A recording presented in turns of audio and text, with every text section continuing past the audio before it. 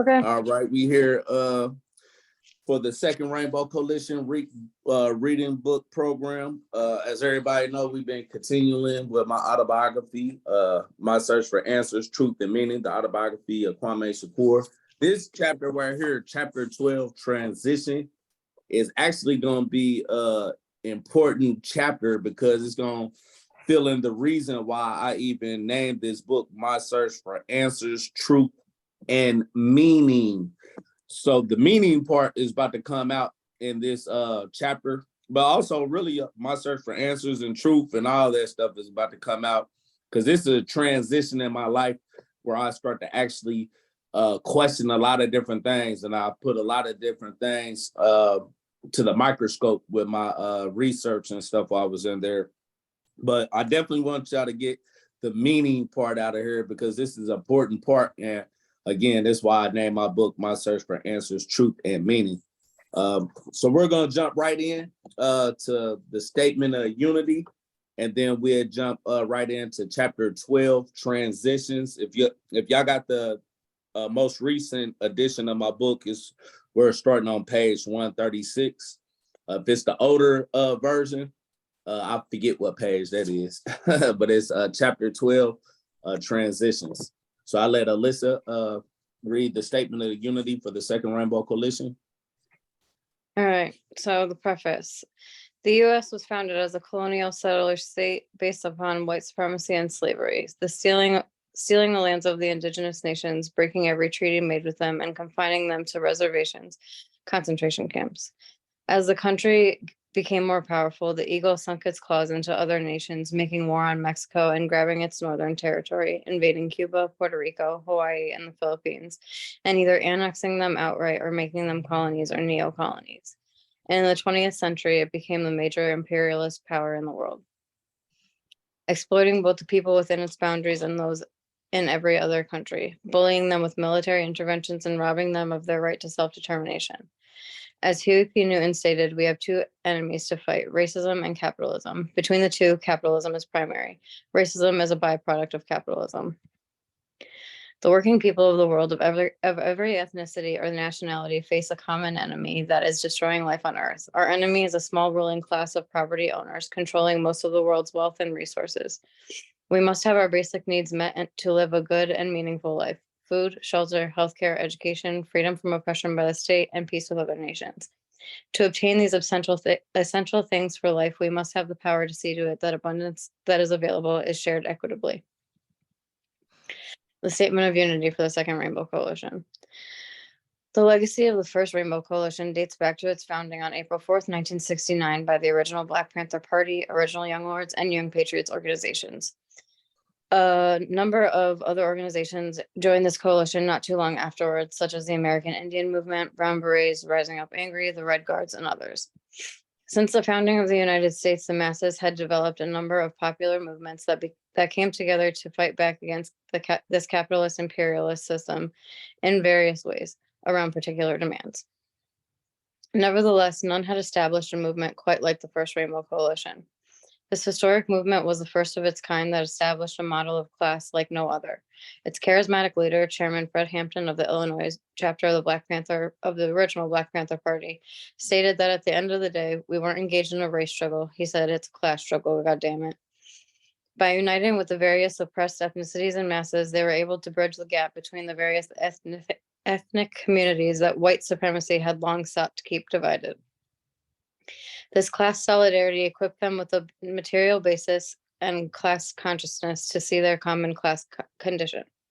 Therefore, the necessity to form a united front against their common class oppressor, the capitalist imperialist ruling class. The ruling class viewed this as the greatest threat to their class rule and subsequently used the entire repressive forces of the state, police, courts, jails, prisons, and intelligence agencies, etc., in order to crush this emerging revolutionary socialist movement. We refounded the Rainbow Coalition on May 14th, 2021, with the intent of upholding the legacy of the original Rainbow Coalition. We believe that this historic example is the model for the united front that will best serve our class liberation. By upholding the 10-point program of the original Black Panther Party, which was subsequently adopted later and expanded on by the original Young Lords, Young Patriots organizations, and all other Rainbow Coalition members, We establish our programmatic unity. The 6 disciplinary rules that we uphold ties all organizations in our coalition to a common professional discipline. History has bestowed on our generation a common class mission to fulfill. The representatives of the capitalist imperialist ruling class, represented by the Democratic and Republican Party, cannot liberate us. It is their class intention and interest to uphold our common class oppression. Therefore, it is only we, the oppressed masses of all ethnicities and nationalities, who must build the necessary class solidarity, class consciousness, organizational structures, and united front that will ultimately liberate ourselves.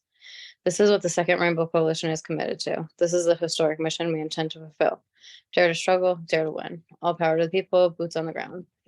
All members of the coalition, the New African Black Panther Party, the White Panther Party, the Green Party of New Jersey, Poor People's Army, La Mesa Nacional de Brown Berets, Fury, NSA. Well, I don't know why I can't say that one ever. NASO, let's try that again. New Aryan Lords and Guardian Rebellion. And then the 6 disciplinary rules is number 1, members will conduct themselves in a manner to bring credit to the coalition and will treat others with respect and politeness. 2, members will be sober when on Rainbow Coalition business and will not engage in any criminal activity while a member. 3, no member will engage in violence except in the extremity of self-defense.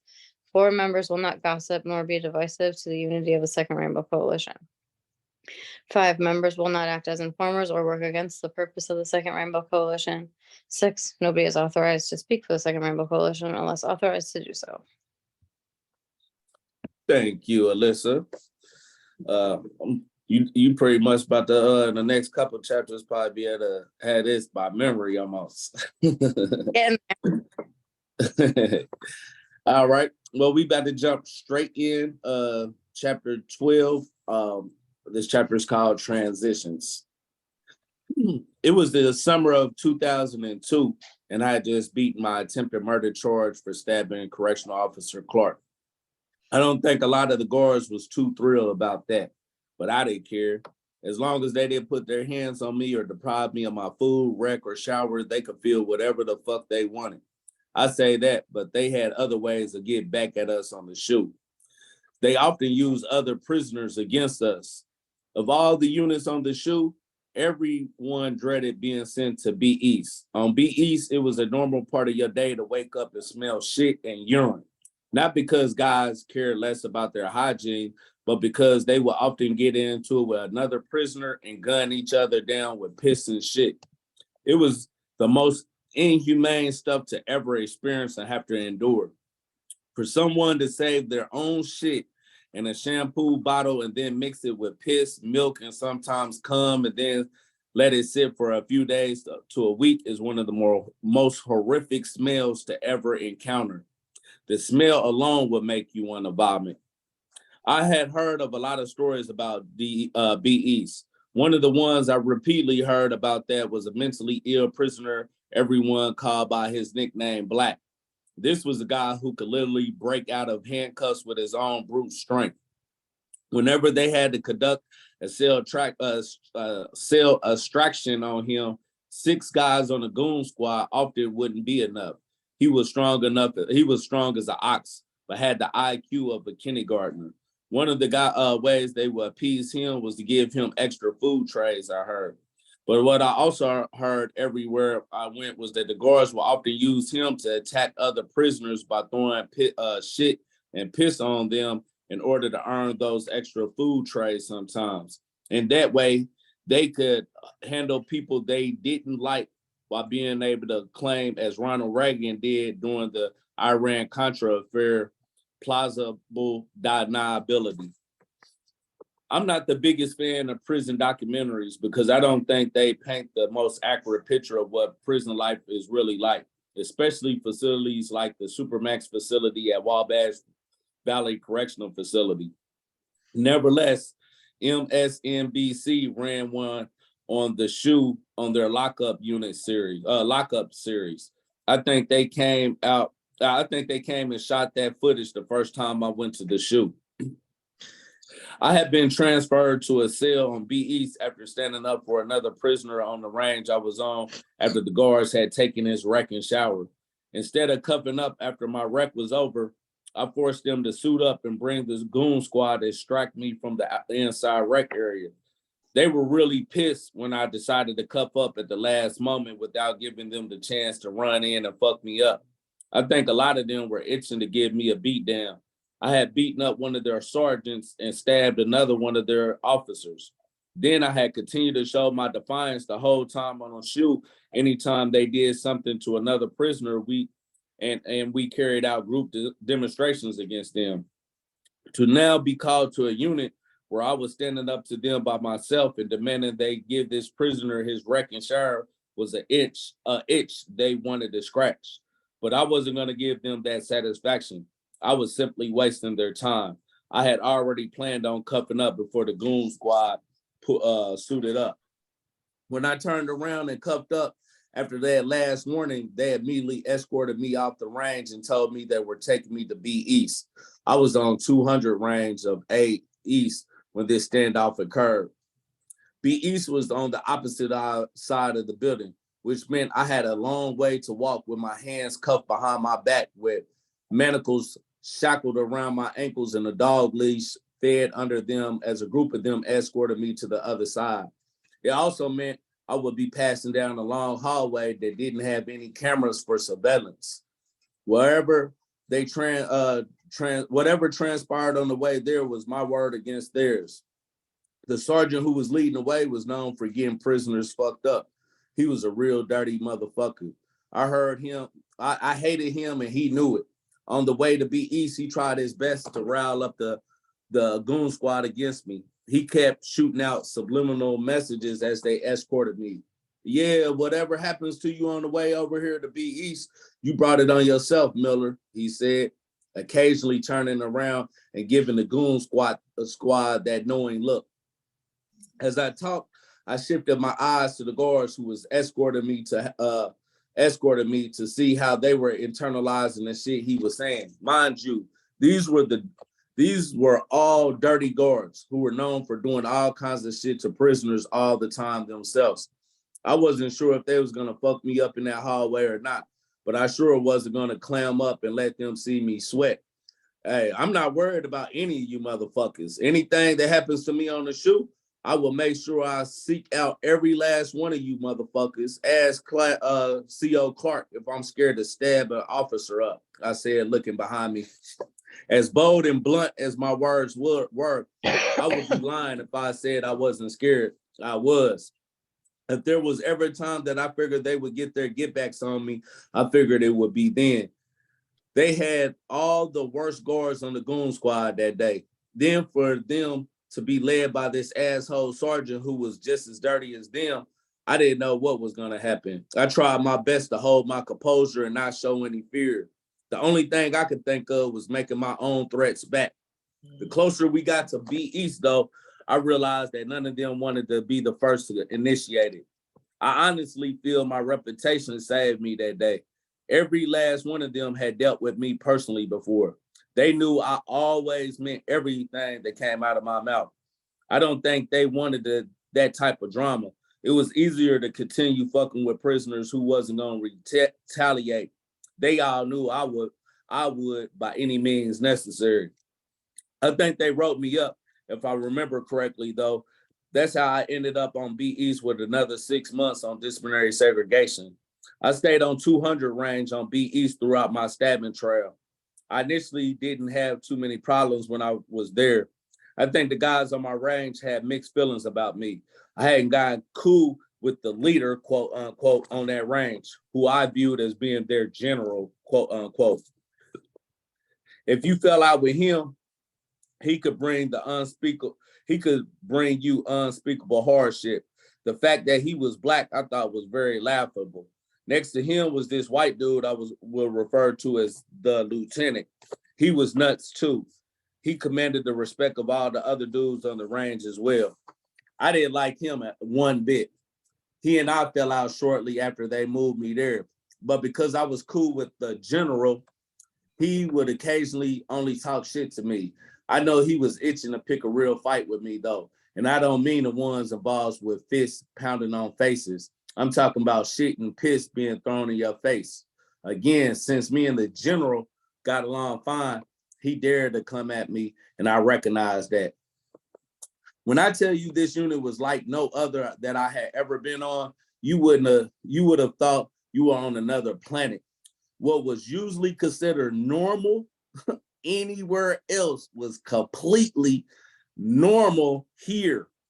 The snitches, the mentally ill, and check-in prisoners ran this unit from their solitary cells. Real convicts sometimes found themselves at the bottom of this hierarchy if you did play their game. I recognized that early on. In the beginning, I kept my distance from the madness. I didn't say too much. I only had 3 months to do on B East before they would be transferring me back to A East with the normal disciplinary segregation prisoners. Nonetheless, sometimes I would sit back and listen to how ridiculous some of their conversations were. Man, did you hear about what happened to so-and-so on 300 range last year? One of them would say, yeah, I know about it. They said when the officers escorted him to the shower, he had a mouth full of shit and piss that he spit in so-and-so's face when he walked past his cell. No shit, someone would jump in and say, but that ain't shit. Whatchamacallit did that several months before he did. He stole that from him, the lieutenant would say. I would sit back and listen to this shit completely dumbfounded. If they weren't talking about dumb shit like that throughout the day, somebody would be arguing with someone else for hours. Whoever yelled the other person, whoever out yelled the other person and last the longest won the argument. There was nonstop noise and bullshit going on nearly the whole time I was on 200 range on B East. Like I said, I rarely spoke to anyone. I only spoke occasionally to the general because he liked to dialogue a lot too. No one informed me that he was a snitch or anything, so I occasionally talked to him. Besides, I knew as long as it appeared that I was cool with him, the other motherfuckers would stand down. Well, this lasted for about a month after my trial was over. I've never been an unprincipled individual who would go along with any bullshit the guards did. I always spoke out against that shit no matter the consequences. This particular day, they had beaten up a prisoner on a 100 range. We could hear everything transpire over the wall that separated our ranges. Like the house nigga he truly was, the general started laughing about the little white dude getting beat up by the guards. He even yelled over to the wall to taunt him. I couldn't stand back and not say anything. I told him flat out that was some police ass shit he was on by taking the guard's side. That was a huge no-no in prison. On this unit, though, they did a lot of police ass shit like that. After he and I fell out, it was open season on me. The lieutenant and I started getting into it, and then some of the other followers jumped on board. The shit came to head one night, which caught me completely off guard. I was listening to my radio when the range tender, who they allowed out to clean the range at night, dumped a whole bucket of water into my cell. I hurried up and stripped down and got completely naked and hid my clothes under the bed so they couldn't get wet. I then went to grab a sheet to block him from throwing any more water directly on me. I was so angry that I stood at the front of the cell using every combination of cuss words I could muster. I wanted to beat his head into one of the walls so badly. The guard in the control pod ordered him to lock up after he viewed him dumping mop water in several other cells. When the guards came on the range and saw I was one of the victims, they laughed. When the dust settled, I learned that the lieutenant, quote unquote, and the general, quote unquote, had ordered him to do what he did to several of us.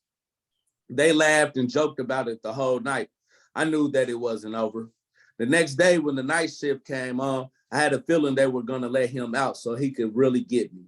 And sure enough, the same shift let him out again. This time he came out armed with a bottle of piss. I didn't have enough time to make one. They didn't have enough time to make one filled with fermented shit. There may have been shit in the bottle. It just didn't smell like it. I was already standing at my door, butt ass naked, when they let him out. I had my sheet in my hand, calling him every cuss word in the book, letting him know I will fuck him up whenever I caught up with him. As ordered, he came to my cell and squirted a whole bottle of piss on me. I was so angry that I forgot to block it with my sheet. The first splashed on my face and a little in my mouth. I kept talking shit, cussing him out as my sheet captured the rest of it. Then he went down to the lieutenant cell and got another bottle of piss. Motherfucker, come back down here and gun me down some more. You better make the most out of this, because when I catch you in population, bitch, I'm gonna stab your ass up, I yelled through the door. Instead of getting me again, he took the bottle the lieutenant gave him and went downstairs to gun down cell 1 and cell 3. Those were the other 2 cells he had dumped mop water in the night before. This went on for about 5 minutes, with him going back and forth upstairs to retrieve another bottle and going back downstairs to gun them down. The whole time this was going on, he was going past my cell. I stood at the door with my sheet threatening him. I could see that he really was intimidated by me, even though I was locked in my cell. After a while, the guard in the pod ordered him back into his cell. When he went in, about 6 guards and the sergeant came back on the range to check cells. When the sergeant came to my cell, he sarcastically asked me if I was okay. I told him, yeah. He knew I was one of the people he had gunned down, because they all stood by the window and watched it unfold. This was another dirty sergeant who didn't like me. I'm sure he was the one who was behind him getting out of his cell to gun us down. I can't prove it, but I knew how the guards on the shoe got down. They always followed the lead of their sergeant. When all the guards left the range, that the shit that unfolded next, I will never forget. The lieutenant started to reassess what had happened, starting with my cell 207. Cell 207, he said, when he was gunning you down, you was talking shit the whole time.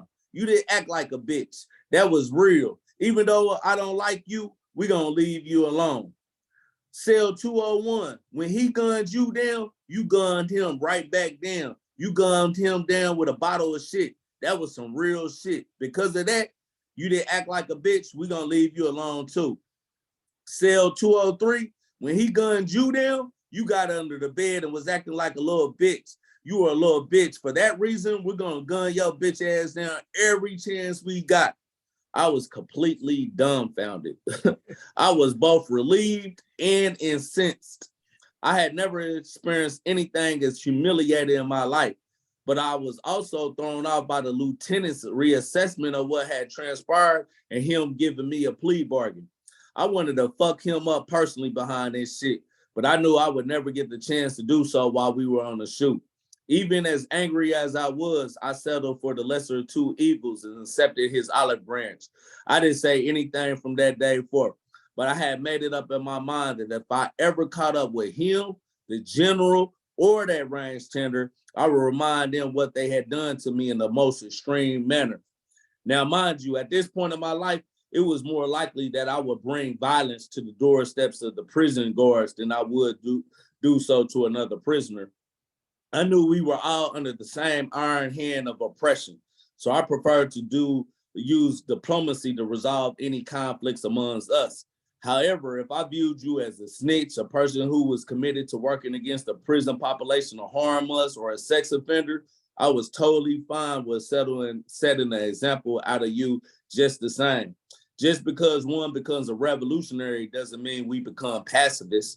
It just means we refrain from using violence unless it's towards the enemy state or those who pose as enemies of the people. Those individuals, however, were shoe terrorists who had every intention to terrorize those on the shoe they didn't like. Some of them had more time on disciplinary segregation than they had in prison. I knew I probably would never run across them ever again. They didn't want to be in general population, but if I did, I was definitely going to remind them that I was cell 207. Anybody else want to pick up from there? I'll pick up, brother. All right. Ever since the first time I had been sent to the SHU for assaulting Sergeant Ash, I had taken self-education seriously by avidly reading numerous subjects. Of all the subjects that I began reading up on, religion had become one of my central focuses. My preoccupation with it had a lot to do with my own upbringing. Christianity had played such a big role in my life that I had this burning desire to answer one of the most important questions of my search. Was it true and valid? I had learned so much since starting my quest that I continued to pore over one book after the next. I figured if there was an answer to be had, I would find it. Part of my reason for focusing heavily on religion in the beginning of my studies was to understand people better. I had come across so many different people with different belief systems that I figured the only way to understand people more fully was to study as many religions as possible. I think part of the problem for most people is that they fear getting out of their comfort zone. But if you never broaden your horizon, you will never discover the hidden treasures out there that's just sitting around dormant, waiting on you to open up its coffers. Is that how you say that? Coffers. Yep. It's okay. It's crazy what you will serendipitously find when you only have a few things of interest that's navigating your exploration. For the longest, I have been indoctrinated to look down on paganism. Our pastor made us believe that paganism was synonymous with worshiping the devil. But when I started reading books on paganism, an interesting fact began to become all the more clear to me. Paganism and modern day religions had a common evolutionary history. One example of this is the story of Noah and the ark. I came across this book that contained the story of the Epic of Gilgamesh in it. I think I was smiling the entire time as I read this story because it was so similar to the story of Noah and the ark in the Bible. I later discovered that this was true of the Quran when I started reading Islam and finding out that the same stories that are in the Bible can also be found in the Quran with slight variations. This story of Gilgamesh appeared to predate the Bible, however. According to scholars, the Epic of Gilgamesh was written between 2100 and 1200 BC, while the Old Testament at different times between 1200 BCE and 165 CE. According to many scholars, the Epic of Gilgamesh is predated by an even older pagan version of the same story. I began seeing a pattern emerging with all the religions the more and more I studied. It appeared to me that all modern religions and even their rituals could trace themselves back to pagan religions in the ancestral past. Nothing revealed that so quite clearly than this book I read by Timothy, is it Freck? And Timothy Freck and Peter Gandy called The Jesus Mysteries, was the original Jesus, a pagan god. In it, they wrote that at the heart of the mysteries were myths concerning a dying and resurrecting God-man who was known by many different names. In Egypt, he was Osiris. In Greek, Dionysus, I don't know how to say that, Dionysus? Yeah, Dionysus. Okay. In Asia Minor, Attis. In Syria, Adonis. In Italy, Bacchus. Thank you, brother. In Persia, Mithras. Mithras. Fundamentally, all these god men are the same mythical being, as was the practice from as early as the 3rd century BCE. In this book, we will use the combined name Osiris Dionysus to denote his universal composite nature and his particular name when referring to a specific mystery tradition. They go on to write, from the 5th century BCE philosophers such as Xenophanes and, how do you pronounce that? These are tongue twisters for me. Yeah. Empedocles. I don't know. Okay, we'll go with that. It had ridiculed taking the stories of the gods and goddesses is literally. They viewed them as allegories of human spiritual experience.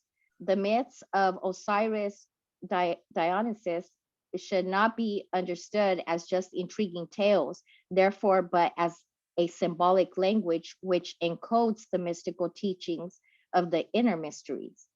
Because of this, although the details were developed and adapted over time by different cultures, the myth of Osiris and Dionysus has remained essentially the same. I already had witnessed these similarities when I had read that Christian magazine article titled, "Would Jesus Celebrate Easter?" the first time I was on the shoe. Even when Chaplain Al came to the shoe and I asked him about it, he couldn't deny it. The only thing about him was that I found his explanation unsatisfactory. I needed to do my own research to come to my own conclusions. I wasn't content with letting others tell me what to believe anymore. I realized that the answers to my biggest questions were out there. I just had to do the research to uncover it.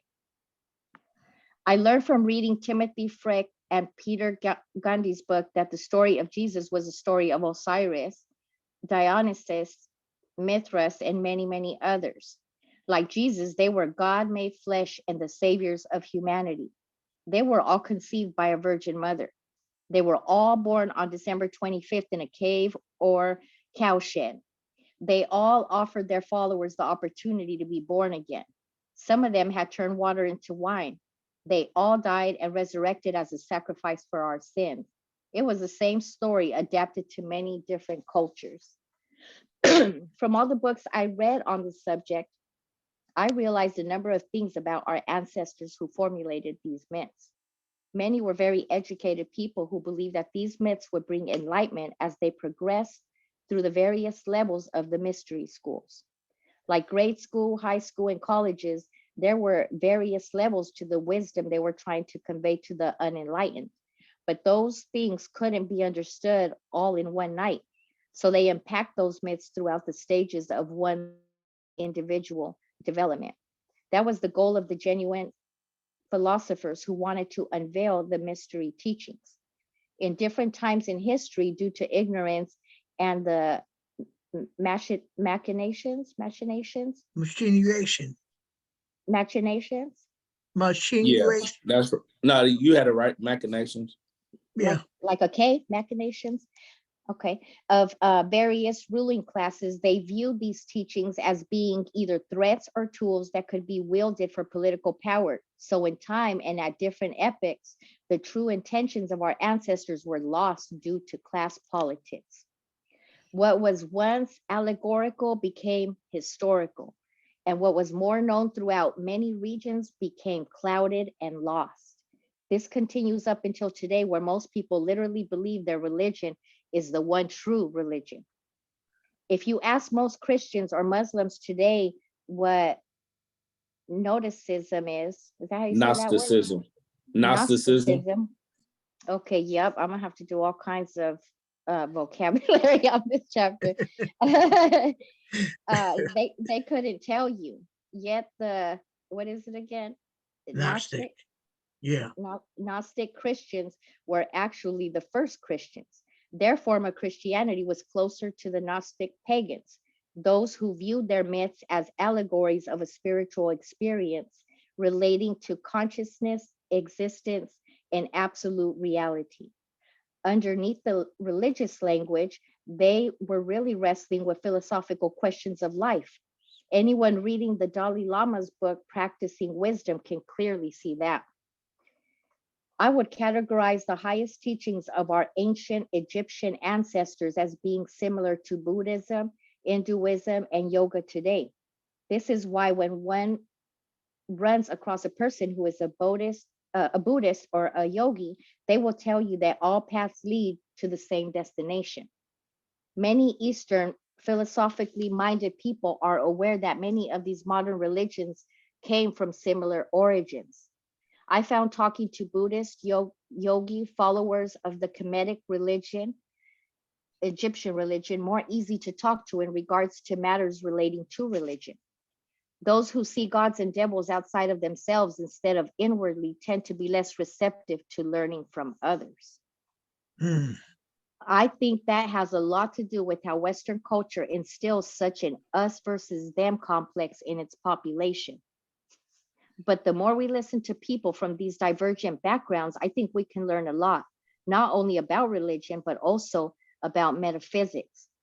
This is important because I eventually accepted dialectical materialism as being the scientific method of approach of life that I now live by. But I would encourage my comrades who follow this analysis and method of approach to study these Eastern philosophical trends, because it will help you understand why we are dialectical materialists even better. I had initially set out to uncover the truth and validity of Christianity in the beginning, but I ended up discovering much more. I dreamed of walking away from the Christian faith, but after I learned the truth of my origins, I had no other choice. I couldn't practice a faith that demonized paganism any longer without now feeling uncomfortable about it. It was like a Black person hating and demonizing their African origin. That could only create an unhealthy cognitive dissonance within a person, which could only lead to a continual dissociation with themselves, life, and others. I wanted to know the truth, as painful as that may be. And walking away from Christianity was initially painful. I was angry. I felt like my life had been a complete lie. There was a humongous void that seemed to permeate my whole existence. But on the other hand, I felt liberated. The omnipresent burden and feeling of being sinful and everything that went along with that was no longer. So in that way, I felt a huge gorilla lifted off of my back. I just didn't know where to go. After you lose your sun to your solar system, how does one keep those revolving planets circling in some way or form of meaningful orbit? That's the state of affairs I was in. I understand why people fear walking away from a belief system that they had since birth. It literally can throw your whole universe into disarray for a period. I was hell-bent on pulling everything back together, but this time on facts, truth, and what was actually real. Just like we laugh at people who lived in the 15th century, I often wonder what people would think of us 500 years from now. I still believed in a God, but I would even start placing that under the microscope as well. Thank you, comrade. Does anybody else want to pick up from there? Yeah, I'll take it. Okay. Where I'm at, I can't see it. Oh, after, right there, right? After my time was up in B East, they moved me to B West to finish serving the rest of my extended disciplinary segregation. Time out. That's when I ran into Graveyard, the guy who murdered my cousin in the 80s and had heard about it before even arriving at Wabash Valley Correctional Facility. Like I mentioned earlier, I never knew my cousin who he killed. He was my third cousin on my father's side of the family. I only became familiar with his father, Junebug, because I would run into him whenever I got locked in juvenile. It was kind of surreal to befriend someone who had murdered my cousin, but Graveyard would often give me his peanut butter and jelly sandwiches anytime they served it on his diet trays. I was thankful for that because I was always hungry on disciplinary segregation. I honestly think that he liked me in a sexual way. Graveyard was gay and known for fucking with youngsters, but he never came at me sideways. There were a lot of there was a lot of gay dudes I had begun to befriend. I just made sure to let them know up front that I wasn't into that myself. I respected everyone who was solid and kept it real with me, no matter their sexual orientation. But I was heterosexual 1000%. By this time in my life, I read the Huey P. Newton Reader, edited by David Hilliard and Donald Wise.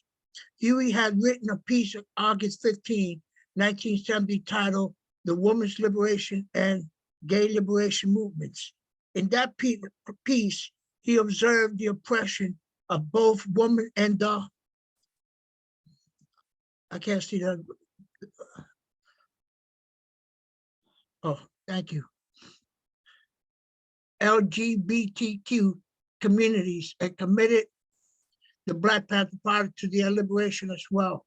I agree with Huey and began to recognize. You skipped a lot.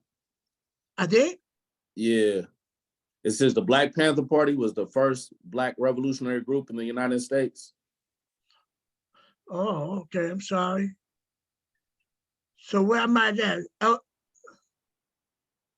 yeah, I read that part there.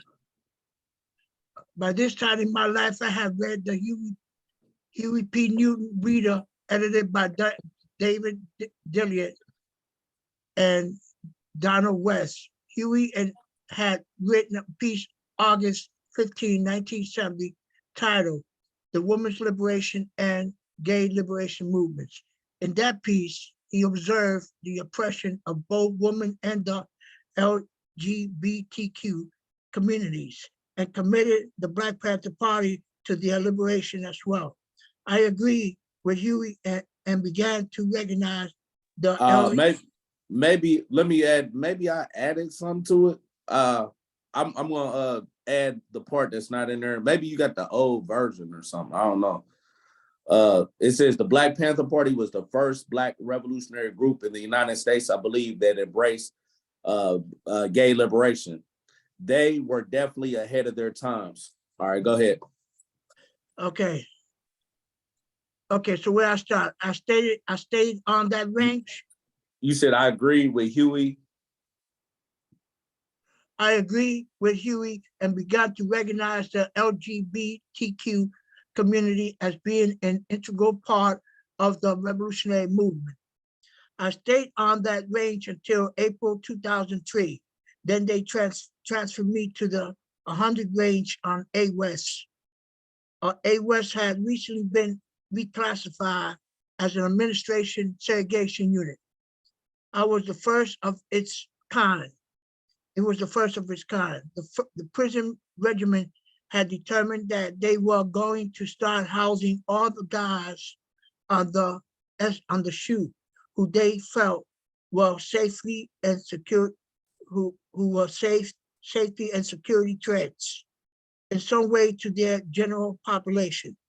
Most of us sent there initially had assaulted or stabbed a guard at one of their facilities around the state.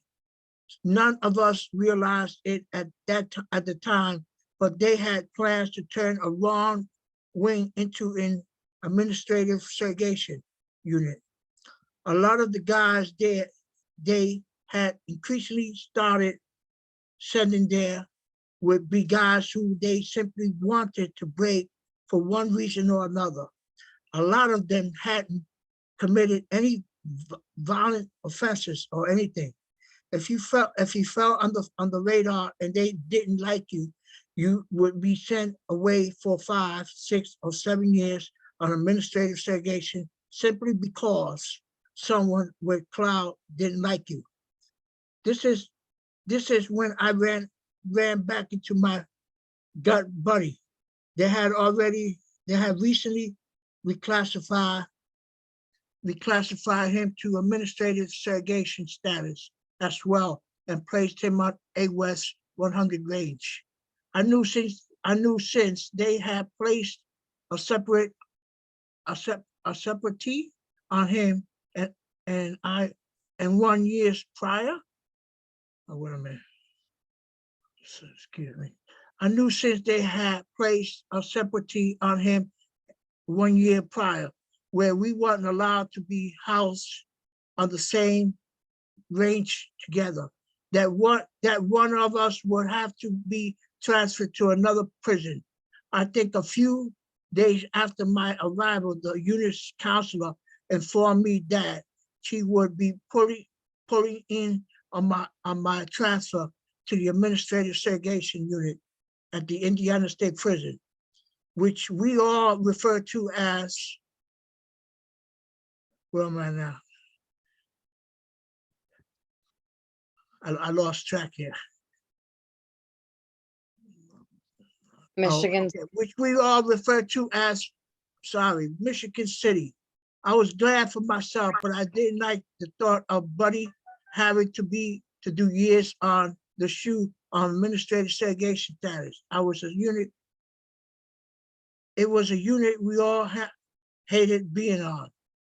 He and I got a chance to catch up while we were on the unit briefly together. Since we could order the same commissary food and the general population were permitted to order again, him, and our guy Leon Branson, aka LB, often cooked prison meals for each other at night. LB is a brother I had met in G cell house right before I had stabbed CO Clark and was sent back to SHU for a second time. I didn't get a long time to get to know him while I was in G. Yeah. But I did remember that he told me that he was in prison for a murder he didn't commit. That this was the first time I had actually come across another prisoner who was innocent for the crime he was in prison for. LB definitely made a huge impression on me throughout my years in prison. Not only did I feel for him because he was actually innocent, but he and I grew close because he was on a similar search as me. He was a red reader who read a wide range of subjects, could eloquently dialogue about those subjects, and also applied it to his own life and practice if it could make him a better person. I think he was one of the smartest, charismatic individuals I came across back there. When I ran back into him on the administrative segregation unit, I got a chance to read some of his paperwork. I wasn't the best legal mind, but after I read over a number of legal documents about his case, I was absolutely convinced that LB was 1000% innocent of the crime he was in prison for. In fact, he wasn't just innocent of the crime he was in prison for, he was also innocent of the case that he was placed on administrative segregation for as well. If there was ever a person who seemed that life was rigged against, it was him. When he was in G cell house, some age I can never pronounce this word. Agents. Aryans, like Aryan Brotherhood. Yeah, never, because my accent, man, makes me interfere. But anyway, have retaliated against some guards who had assaulted one of their members. This occurred about 2 months after my stabbing case in the same cell house I had stabbed Clark. They had beat up a number of guards behind that internal affairs afterwards. Came to G cell house, attempted to get guys to have statements so they could build a case against those responsible. If you refuse to cooperate with them, they would simply send you to the SHU and place you on administrative segregation status for years. That's what happened to LB. He had nothing to do with those guards getting whipped, but because he refused to cooperate, they sent him to the SHU as retaliation against him and several others. All the guards knew there were only white dudes involved. However, they placed a number of black dudes on the SHU on administrative segregation status behind that incident as well.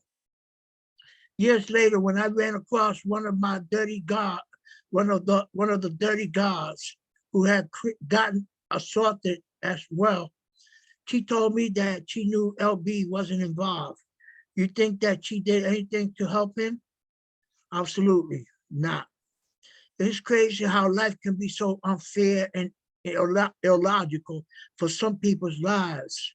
If you didn't realize how the system actually worked, you would thought shit like this could ever happen. But I witnessed this stuff happen to this brother first hurt hard. All right, let me take over for this. This before I start, if you remember, I dedicated this book to this brother. I said in my dedication, I said this book is dedicated to Leon Benson and Royal Amos, who has spent over 23 years and over 15 years respectively in prison for crimes the state of Indiana knows they didn't commit.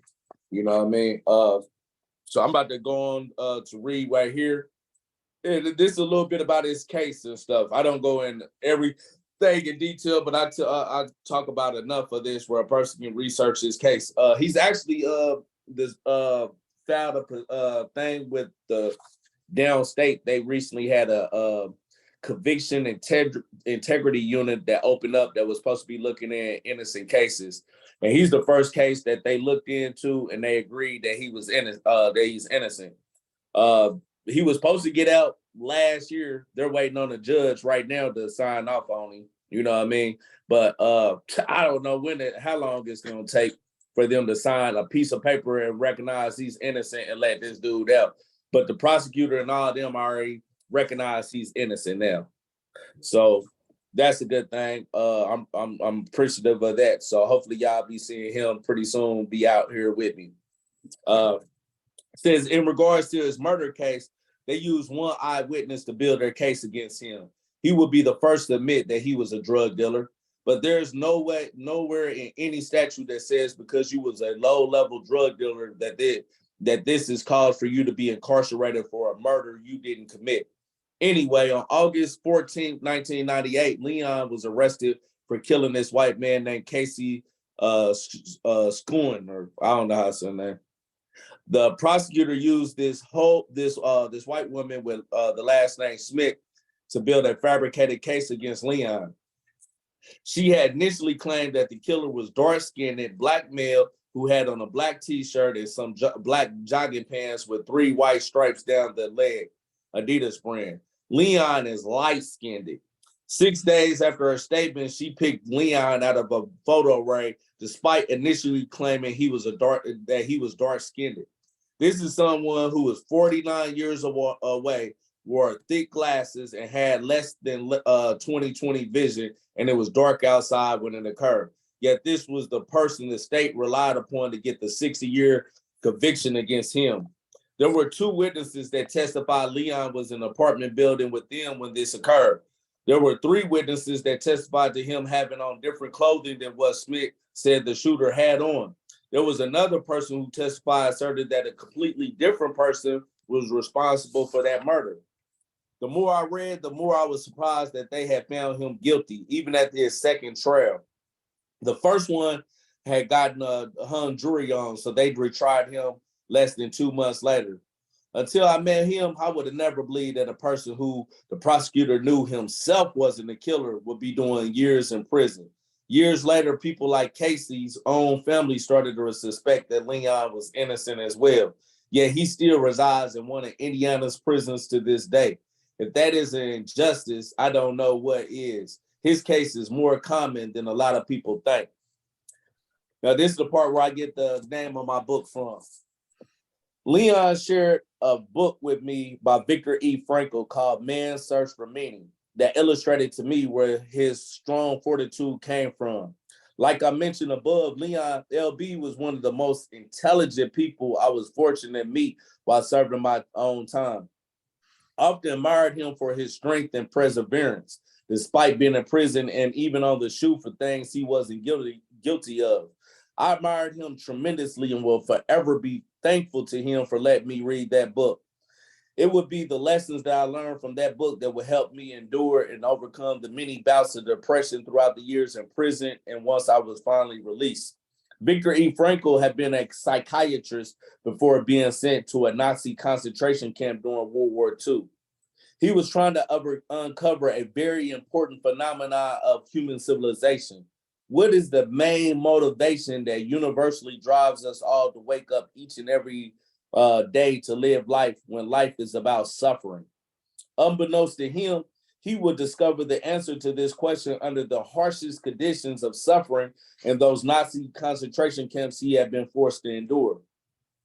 Imagine being sent to a concentration camp not knowing if you would be sent to the gas chamber every day you woke up. Imagine being worked to death and being fed minuscule portions of food every day while being forced to do hard labor. Imagine wearing the same dirty, stinky clothes every day that barely stays off the cold as you're forced to shovel snow during blizzard weather conditions. Imagine seeing people quickly ripping the shoes from someone's feet after they died just so they will have shoes to wear to survive. Imagine being 200 pounds when you first arrived to only weighing 115 pounds from the food deprivation over the years and months and years. Those were some of the conditions that Viktor E. Frankl and many of the Jews and communists faced in those Nazi concentration camps in places like Auschwitz. It was there that he witnessed people lose all hope, all meaning, and eventually die. Frankl said they would obtain cigarettes to trade with other prisoners to have a little more food to eat. He said if you witness someone smoking a cigarette, normally they would be found in a corner somewhere dead in a few days later. No one smoked cigarettes unless they had given up. He said he would witness those people before they died and the look on their face would be a hollow emptiness. But when he started to compare these people to those on the opposite extreme, he began to get a glimpse into the psychological answer he was trying to uncover. Despite being under the harshest conditions, the people who still had the capacity to wake up and still find humor in their day or zest for life, their very disposition spoke to the ultimate thing we wake up for, knowingly or unknowingly, meaning.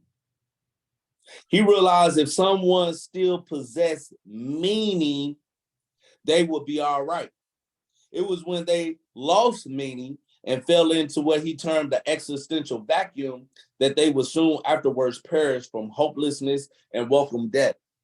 He said we can find what he termed a will to meaning in a number of ways. He said you can find it through love. Some in those concentration camps woke up with the will to survive simply because they wanted to reunite with their wife or husband or kids they so deeply loved. They gave them the necessary meaning to endure the suffering without giving up. Others, he said, were driven by their belief systems. If they believed in God, it would be their faith that maintained their desire to live and survive. He didn't mention those who were atheists and simply held on to the communist desire of revolutionary change as their will to meaning, but I can imagine that there were many communists who had the same will to live and survive for that reason alone as well. I think one of the ways that people find meaning that stood out to me are those whom he said find it inside. Those categories of people who are faced by a predicament in which they can't change their fate. But by looking inward and being forced to look towards self-development as a meaningful path of purpose, one could find self-fulfillment and a sense of triumph like no other. This latter meaning comes about by being forced to see the potential in oneself that wasn't readily apparent before. Viktor E. Frankl's will to meaning was writing that book, highlighting his motivation that drives us all. He said it wasn't mainly power or pleasure that motivate us. There's many people who do drugs every day but lack meaning. A lot of them are just existing and trying to cope in their existential vacuum. There's others who have millions of dollars but extremely unhappy while in their existential vacuum. But then you have people like Leon Vincent, who had 60 years in prison for something he didn't do, but woke up every day with a lot of meaning, driving him to live and survive throughout his years of suffering unjustly. He wanted to clear his name one day. He wanted to get back to home to his people he loved. He wanted to be able to help others who had endured what he had been forced to endure. I learned a lot from LB. He was a huge inspiration to me. If he could find a will to mean and persevere, I sure as hell could. I wanted to get out of prison and prove to my mom and family, since they had always supported me, that I could do something positive with my life. That was very meaningful to me. I wanted to find a woman I could love unconditionally and show her the black love still was possible and able to endure. That was very meaningful to me. I also, like Franco, wanted to write a book about my own life one day that can help others see their own potential and make a transition to a revolutionary lifelong commitment as I was doing. That was tremendously meaningful to me. One of the main will to meanings for me was my revolutionary ideology itself. I wanted to get back out and do the same sort of things the original Black Panther Party Panthers did. Since I couldn't change my fate, I took the time out to better myself by reading books and trying to answer the biggest questions of life. I figure if I did that, then I will be equipped to help others find their own will to meaning, ultimately in this revolutionary movement. You want to take up from here, Alyssa? This is about the end too. That's fine. All right. April 23rd, 2003 was the day that a guard came to my cell and told me that the transportation van was there to transport me to the Indiana State Prison in Michigan City, Indiana. I said, "Oh my goodbye, buddy and LB and the rest of the guys on the range I would be leaving behind." My first 3 years at Wabash Valley Correctional Facility was a hell on earth experience, but now it was finally coming to an end. I couldn't wait to leave that facility. Yet I was also saddened to have to leave LB and Buddy behind. The bullshit they were going to have to endure on this new administrative segregation status on the SHU, I knew was just the beginning for them. I didn't know when I would ever see them again. I was certain me and Buddy would stay in touch no matter where they sent me. We had done so before our paths briefly crossed again anyway. I remember walking to the transportation van all shackled up, feeling hopeful and optimistic. When we made it to the front of the facility, I saw two people from my childhood years I never expected to see. My guy Anton Harris and his brother Trent. That was my crew back in the days when we were attending Atkins Boys Club. I think none of us ever thought we would wind up in prison back then. Now here it was that I was transferring to another prison while Anton's little brother was on his way home from his prison sentence. I tried my best to get their attention, but he and his whole family were too preoccupied welcoming Trent home. The ride up to Michigan City was about a 5-hour trip because we had to drop off a few guys at other facilities on the way. I didn't mind. Anytime I left a prison to go back to Core or another prison, I would simply enjoy the ride and scenery. Anytime we drove through Indianapolis, especially whenever we passed on the highway, the street where my family stayed, I would stare at it until it was no longer in view. I couldn't wait to get out of prison, but I knew I still had a long way to go.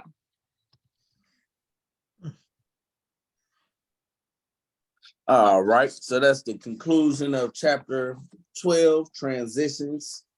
As you can see, I made a lot of different transitions in this chapter. Transitioning from one unit to another unit, where y'all saw it was like the Twilight Zone. I know I looked at a couple of y'all faces, y'all was like, wow, piss of shit being thrown on people and stuff. Yeah, that was a hell of a transition to endure and be able to maintain my sanity. I also talk about the transition where I fully walked away from Christian faith and stuff, you know what I mean, after doing a lot of studying on that subject. I probably did study that. That's probably the most studied subject besides like revolutionary politics. I think I studied that for like 10 years in prison, just studying all the different religions and doing historical backgrounds, readings of some of the original Christians like Justin Martyr.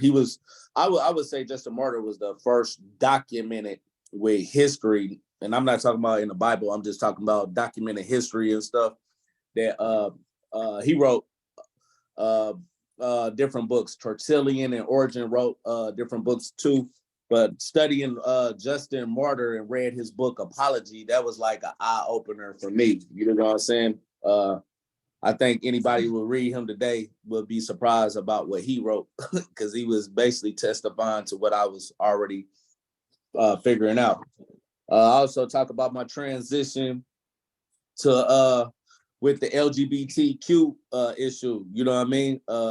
how the Black Panther Party, you know what I mean, was the first the advocate standing for women's liberation and gay liberation, you know what I mean? And that's something that I push so adamantly today, because you got a lot of people out here claiming to be revolutionaries and can't claim to be Panthers, but they don't even know their own history. And they anti-homophobic and you know, they homophobic and all that stuff out here. And I'm like, man, do you even know that the Black Panthers was the first to stood with the LGBTQ movement? Like, That's right. That's you right. know, so that's one of the things that I wanted to highlight. One of my transitions came about in prison. You know what I mean? Studying revolutionary politics. I think later on I'll talk about my cousin, who I knew was gay my whole life, like literally my whole life. And that's the crazy thing, how society socially conditions us in a way where we can't even see what's right in front of us. You know what I mean? Like, I knew my cousin was gay his whole life.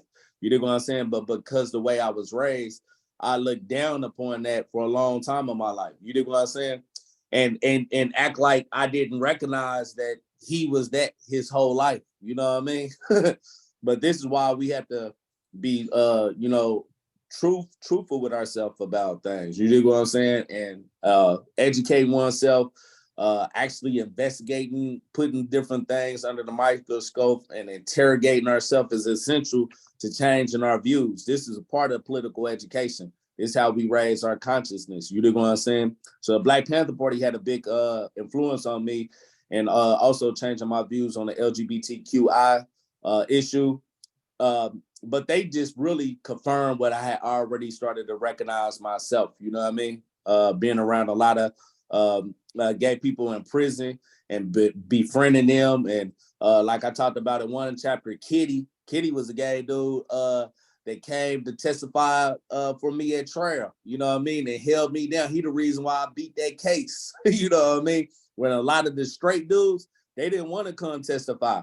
They was too scared of going lock up and being catching repercussions for coming standing up, you know what I mean, and helping me. But this gay dude, Kitty, Thomas Wagner, aka Thomas Wagner, I salute to you, comrade. Like, I will forever appreciate that brother's sacrifice. You know what I'm saying?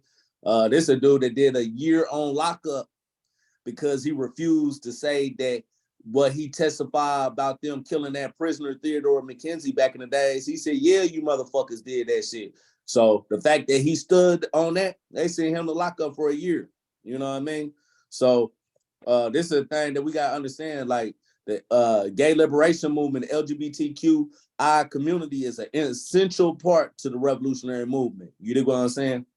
It's one of the most oppressed demographics in our community that has everything to gain, nothing to lose by standing with this system. They have everything to gain by breaking away from this system. You know what I mean? So that was a big transition. And then the last transition was two more transitions. When I started to come across LB, came back in touch with LB, and he gave me that book. And the first time when I read that book, Man's Search for Meaning, it really gave me the tools to see life, what it's really about. It's about meaning. Like, you got to find meaning to wake up every day and want to live this shit. You know what I mean? This is suffering. Life is suffering. How do you find meaning within this suffering? That's what we all want. You dig what I'm saying? And some people look through it by pleasure, will to pleasure. But like I said, just because you might do all the drugs, alcohol, whatever, that's just covering up that lack of meaning that you have. You exist in an existential vacuum. You know what I mean? Or the people that's it's about power. You know, it's about money and power and stuff like that. But still, a lot of them people empty as fuck inside. You know what I'm saying? Especially when they've been dehumanizing other people, like some of these imperialists is being committing genocide against the world's people, destroying our planet. A lot of them motherfuckers are empty on the inside. You know what I'm saying? It's a temporary filler for that emptiness that they causing upon the world, and they know they causing upon the world. That's why they got a conscience, and that's why they don't even want to teach our history no more, because of that. You know what I mean? So that was another transition of my awareness that I made. And then the last transition is when I transitioned from finally leaving that motherfucking prison and going to, boy, I had to go through hell to leave that prison. Yeah. So, Yeah. but anyone have any thoughts about any of those transitions? Yeah, I got a few. Okay. You know, I was constantly being transferred from one prison to another simply because I was always doing the right thing. And the right thing was that I was always organizing the Latino population, and the administration always knew that that was a trend and all Latinos would come together, just like all Blacks would come together. You know, so it was a threat to the institution. So they would transfer me.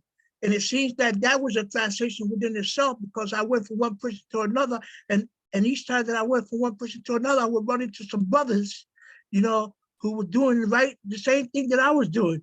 And so actually it was a transition, because my first transition was when I became a 5%er. They gave me their literature to read, and it was hard, but I swallowed a lot of it.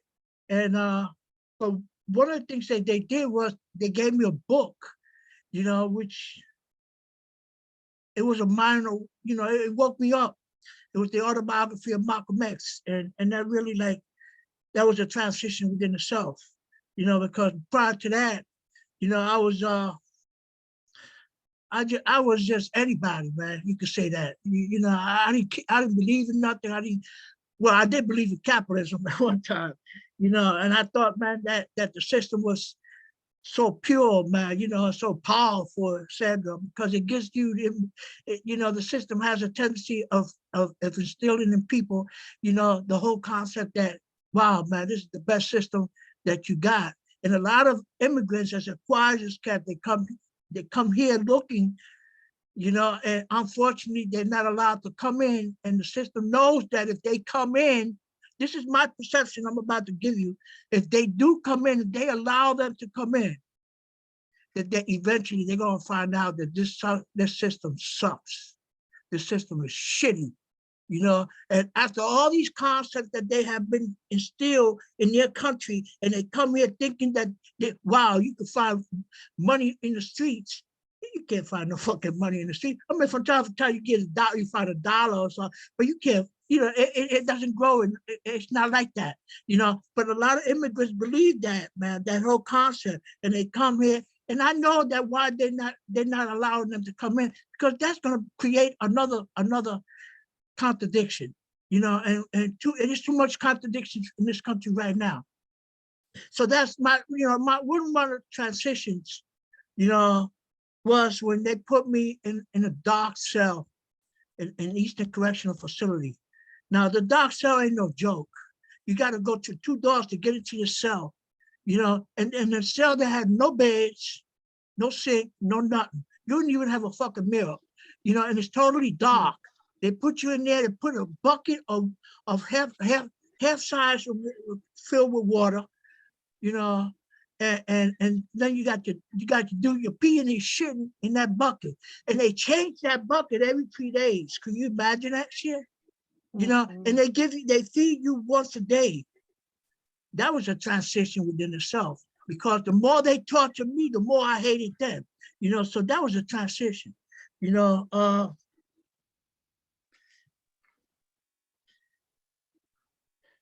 The Young Law's Party, when they first began, I'm speaking of the old Young Law Party, not the new. When the Young Law Party began, the whole Central Committee was composed of men. You know, I mean, yes, the party was, it was a lot of, it was a balance between men and women in the party, but the people who control the party, the Central Committee, was men. And a lot of sisters that came into the party, they started fighting against that, you know, to eventually they were able to change it. So that was a transition, because we inside, we knew what was happening, you know, with the Young Laws outside, you know, and one of the things that in their 13-point program. I don't remember exactly which one. It was talking about, machismo, to turning machismo into a positive thing. And you can't turn machismo into a positive. You can't take chauvinism and change it into a positive. How the hell can you do that? Right. So that was conflict because a lot of sisters got involved in that, a lot of that struggle, and they changed that too, And my main transition came when I came home. I couldn't believe it. After 15 years, I said, wow. Some people took me to a restaurant to eat. And could you imagine? I was so adjusted to the prison that I was almost walking out of the restaurant with the silvers in my, the fork and the knife in my hand. I was looking for somewhere to drop it. I couldn't, so that was a transition. It took me a long time to transition myself into this, excuse the words, the fucked up society. But it's a transition. Then I got caught. I didn't get caught. We organized this organization called the Midnight Special. We were doing work around prison issues, and so that was cool. I wanted to say something else. What was it? Oh yeah, and the feel and how you transition from studying philosophy. I'm quite sure you had to go through the Greek philosophy to get to where you got. Right. And that was philosophy. If you study philosophy, you can't help but come across dialectics. You can't. You got to run into it eventually.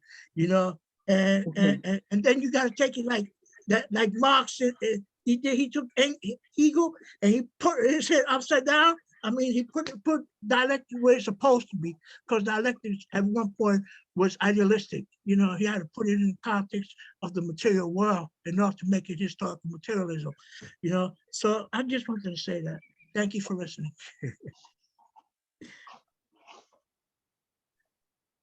Thank you, comrade. I appreciate that. That was, hella transitions, you know what I mean? And I think everybody can identify those transitions they had in their life at one point that really impacted them. Veronica? Yeah, I just wanted to just kind of add to that, because I was looking for it. I can't find exactly where you went into that, where that transition was from, looking at so-called great philosophers, and then how that led into this more dialectical materialist perspective. But like Brother Che was saying, you just can't get away from it. But for me, I know that has been life-changing. So when I was reading that part of it right there, that it was like it takes you back to, we look at these different philosophies, but the way that we're taught is to compartmentalize everything, so everything's separated, so we don't see the interconnectedness of stuff. We look at history, and we don't look at history from a scientific perspective. We look at these philosophical questions, and how in the world, when I start reading on dialectical materialism, which I am no expert by any means. In fact, I would say I'm definitely still a baby in my understanding. So correct me if I'm wrong in anything that I say here. But when you first start to look at it, and it starts dissecting philosophy, and you start looking at, what is called the fundamental question of philosophy is, how are the material and the spiritual world connected? It is the spiritual, what's primary? And so it comes down to that question of what comes first. And when you look at that question, is when you're looking at the explanation of why it's important, it's almost so simple that it's stupid. And you feel stupid for a minute, because you're like, why haven't I, it's like a whole shift in your thinking, and you start seeing things through a whole different lens. And there's a whole, like, for me, it's been a whole grieving process, really, to just kind of Brother Kwame, how you explain with religion, I could relate to that whole piece there, the anger, all of that, because you realize everything that you've been taught and the way that you've been molded to think and to see things is like backwards and upside down.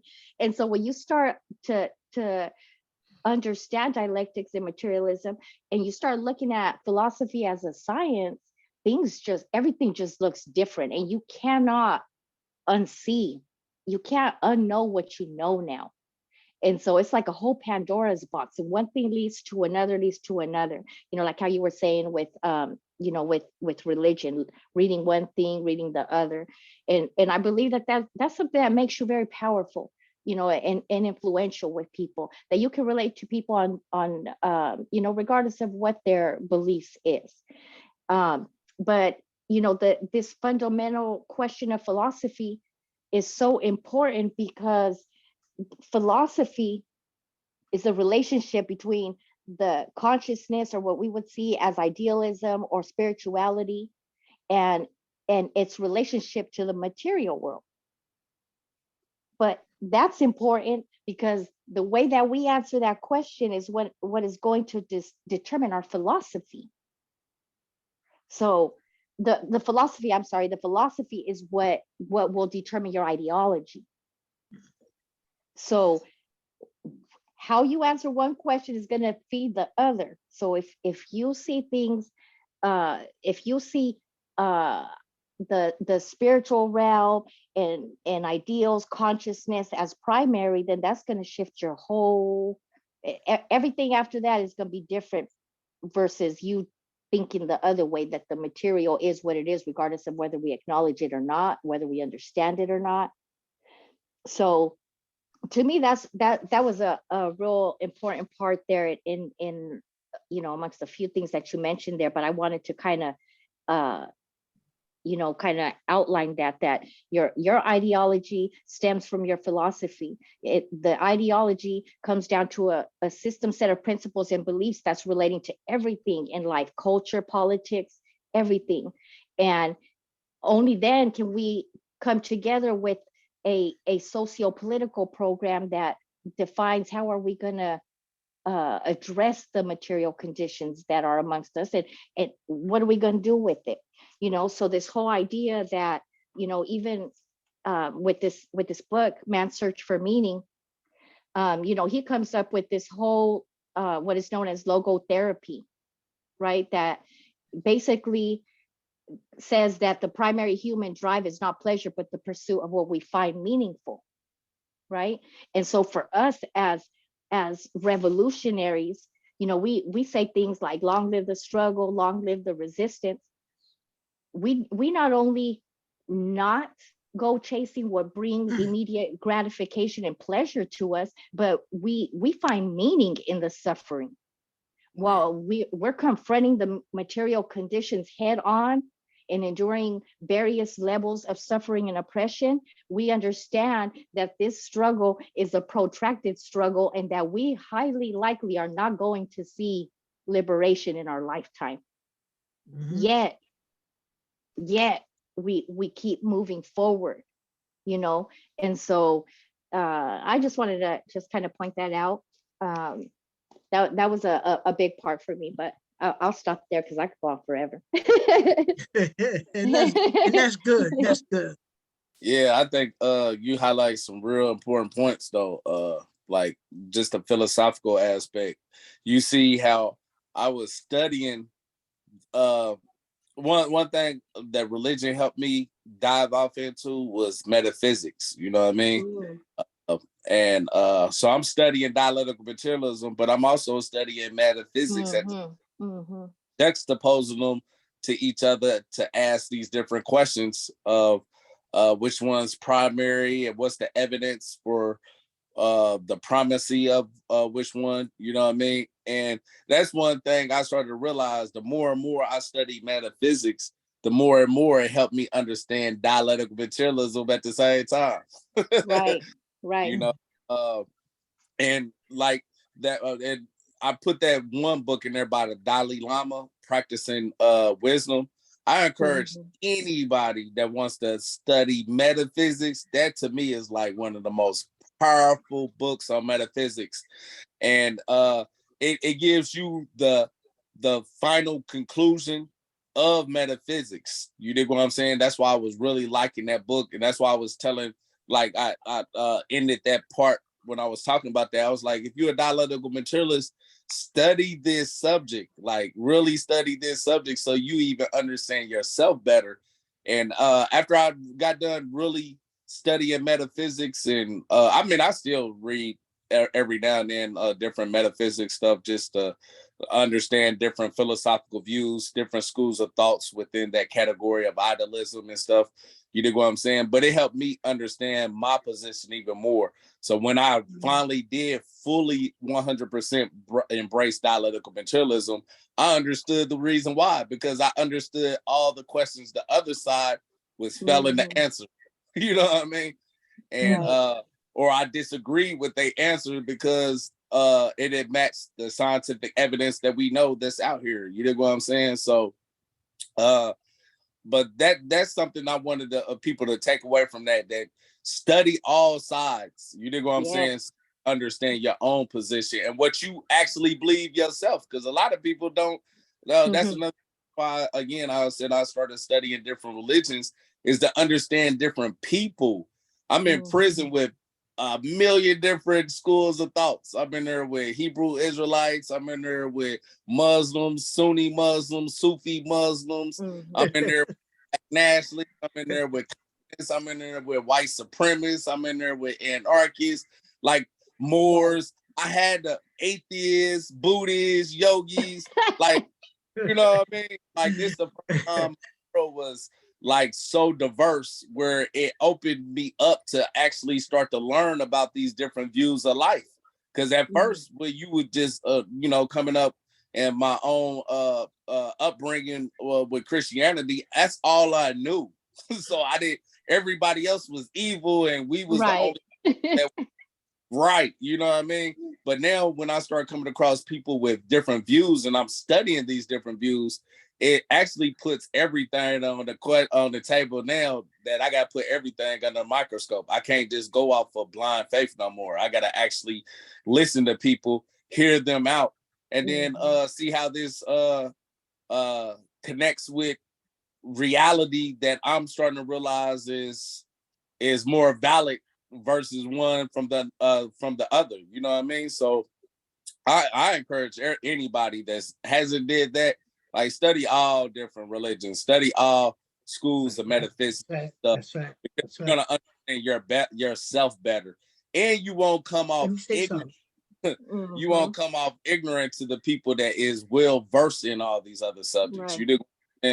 It's a lot of those individuals that I learned actually a lot from. You know what I mean? Because I was open to listening to them and learning from them.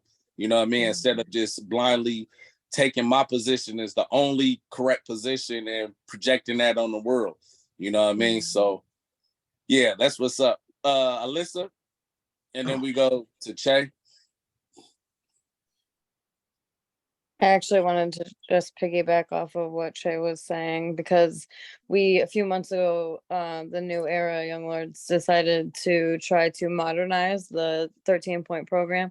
So I was trying, as soon as he mentioned that point, I was like, wait, that was my point that I ended up getting to modernize. So I was looking it up, and it was, the original point was, we want equality for women. Machismo must be revolutionary, not oppressive. Exactly. That was it. Yep. That was it. Yep. You got it. You got it. So we Thank you. switched it up a little bit.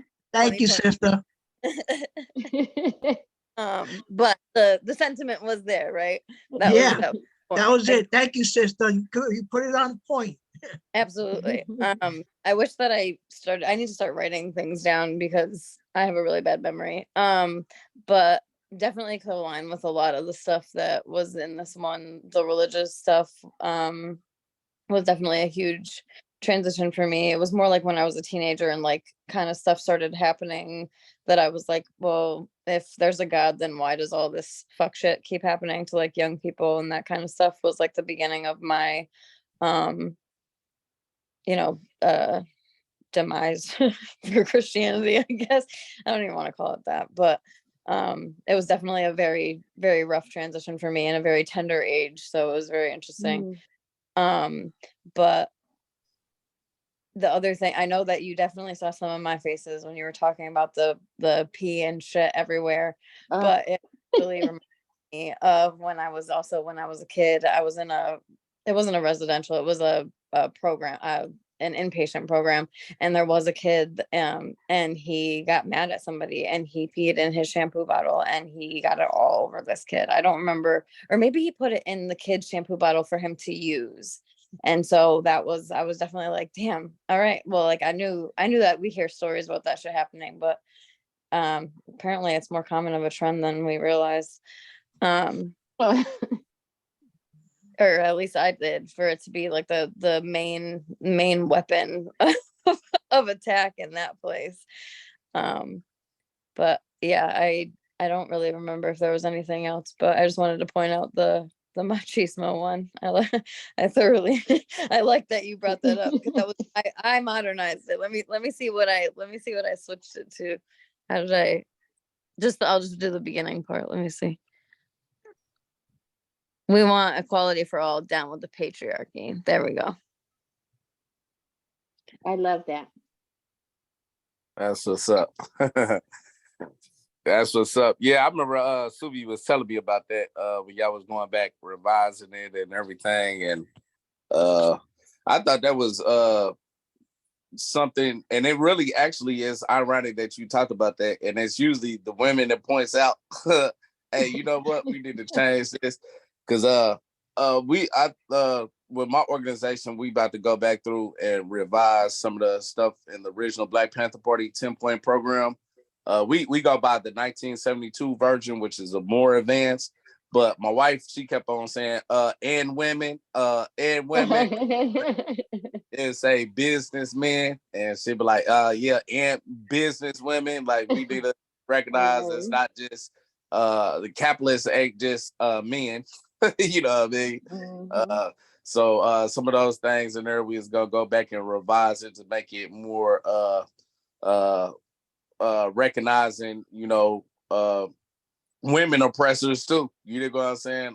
With capitalism and stuff. So I get any other part where she was talking about, yeah, we got to revise that. But that's a good point that I'm glad that you and Che pointed out. But yeah, I honestly, that's what I put in this book about that unit.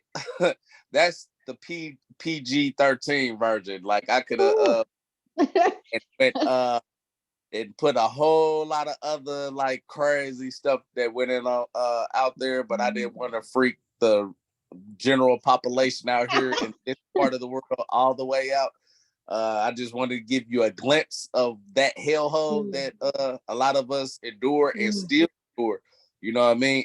And also show how just imagine being under situations like that for years. I was only in that situation right there, in that worst type of situation, for 3 months. You know what I'm saying? But I was in those situations periodically off and on throughout my whole bit when I was on them lockup units. You know what I'm saying? But that was just like the most concentrated period of time where I was like in the twilight zone. Like, that was every single day. You know what I mean? Yeah, I think 15 days and just one kid that was real mad. It was not the same. We're not chalking it up to the same thing you're talking about here. Right. Yeah, but I was in those situations a couple times. You use the weapons you have. Yeah, but think about what you reduced to. It's like you're reduced to a very animalistic level. And think about the trauma and psychological scars that people was inflicted on them being in this unit where it's loud all day, like all day long. You hearing people screaming, yelling, arguing, mentally ill people talking to themselves like literally 8 hours throughout the day, talking to themselves, people getting into it, gunning each other's down. Like that, I put that one scenario in there just to show you like how crazy it got. you're on a unit and these people are talking about, yeah, man, so-and-so put shit and piss in his mouth and walked past his cell and spit it on the other guy. Like, what type of shit, what would make a person put they own shit in their mouth and do some ridiculous shit like that's crazy. But this is what these institutions is doing to people. You dig what I'm saying? So what type of sociopathic characteristics and personalities are these institutions instilling in the population?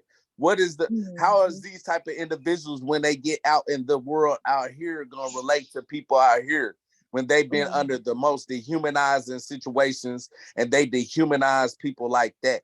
You know what I mean? Go ahead, Alyssa. Right. I was gonna say, I'm gonna forget if I don't type it. There is something that has been going around that's being proposed in Massachusetts, that inmates can donate organs to get less time. How the fuck is that rehabilitating anybody? What the hell? I don't know if that's it been passed. going on. That's been going on the QT for many years. Huh, Wow. what That's the been going fuck? on. That's been I going never on. heard that. Yeah, that's been going on for many years throughout the prison system, but it's just becoming, it's becoming more obvious now simply because people have gotten into it. But that's been happening, man, throughout the years, especially in the women's prisons and the That's women's crazy. prison. But let me say what I wanted to say. Can I say it, please? Yeah. Okay.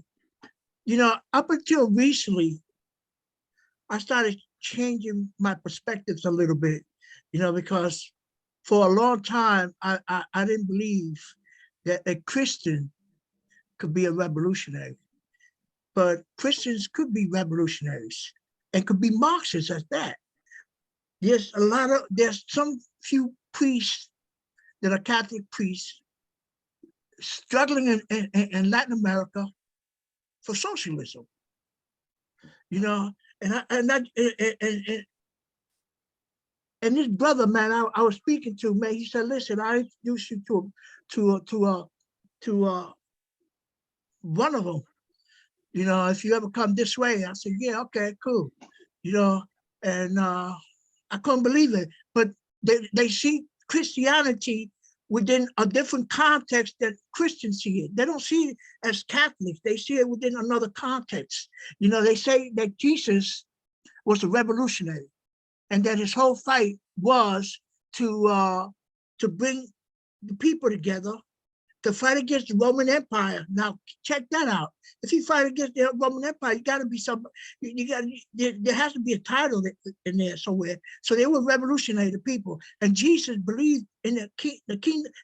Remember, he said the kingdom will come. Remember, he said something like that, similar to that.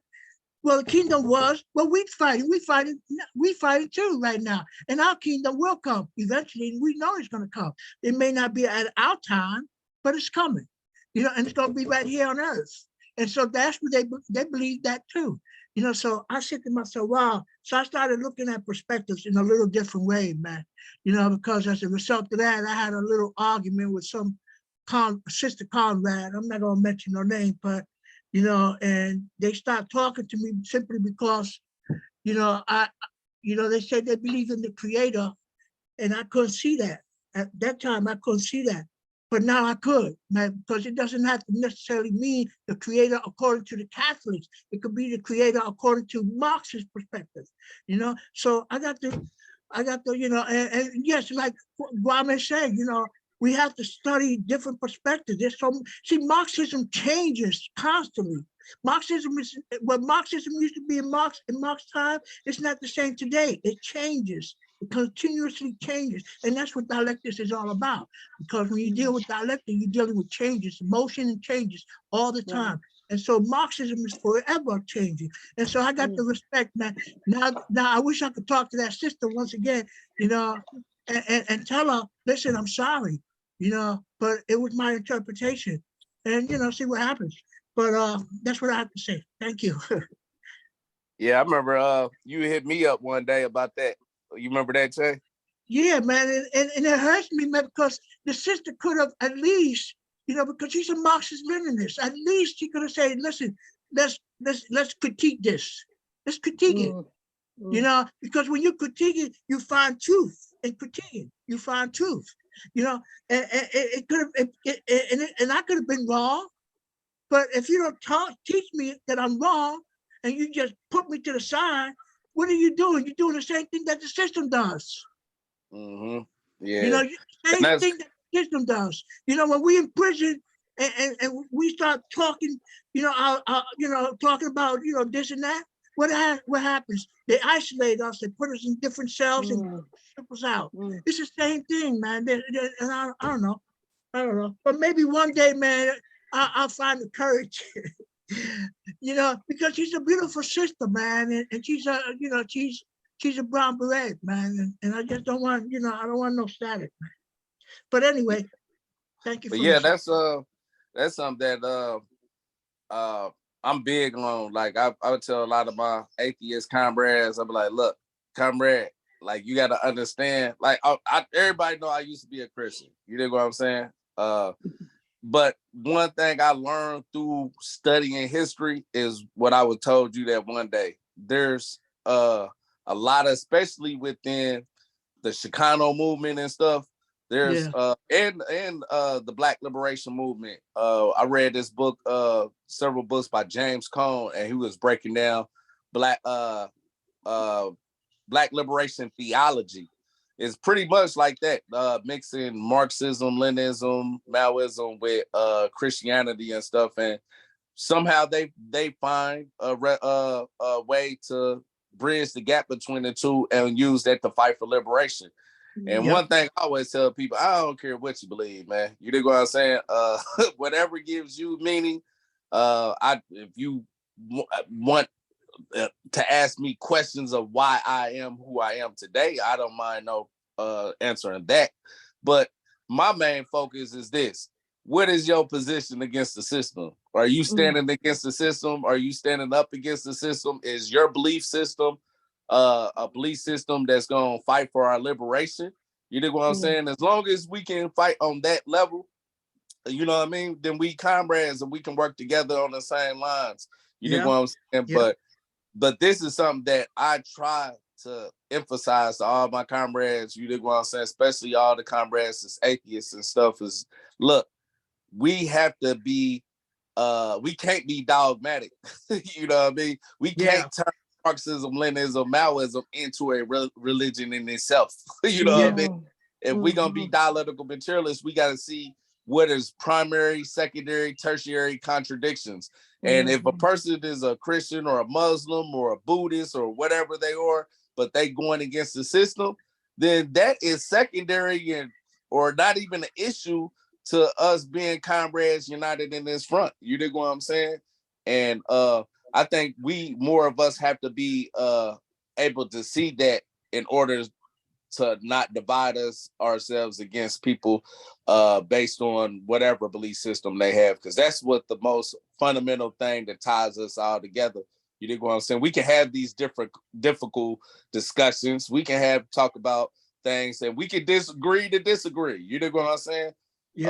That's one thing I just hope people use my book to see that the positions I came to didn't come out of just being mad and angry. No, it came out of a lot of years of research. You know what I mean? A whole lot. Like that's what I was after, trying to find out what is valid and what's not. You dig what I'm saying? But beyond that, shit, whoever my comrade, whatever they believe it is secondary to, you dig what I'm saying, us fight for our liberation, our collective class liberation. You know what I mean? Yeah. I know, Zombie, you had your hand up at one point. You put it down. Was you still trying to say something? No, I was just gonna tell Alyssa that was a piece of legislation that they were trying to introduce, where they would knock time off their sentences if they would donate an organ or donate bone marrow. Wow. I think that is fucking medieval. Bone marrow. We gotta sell our body parts to get out of here early. Wow. It's fucking ridiculous. Yeah. And I don't know what's happened with it.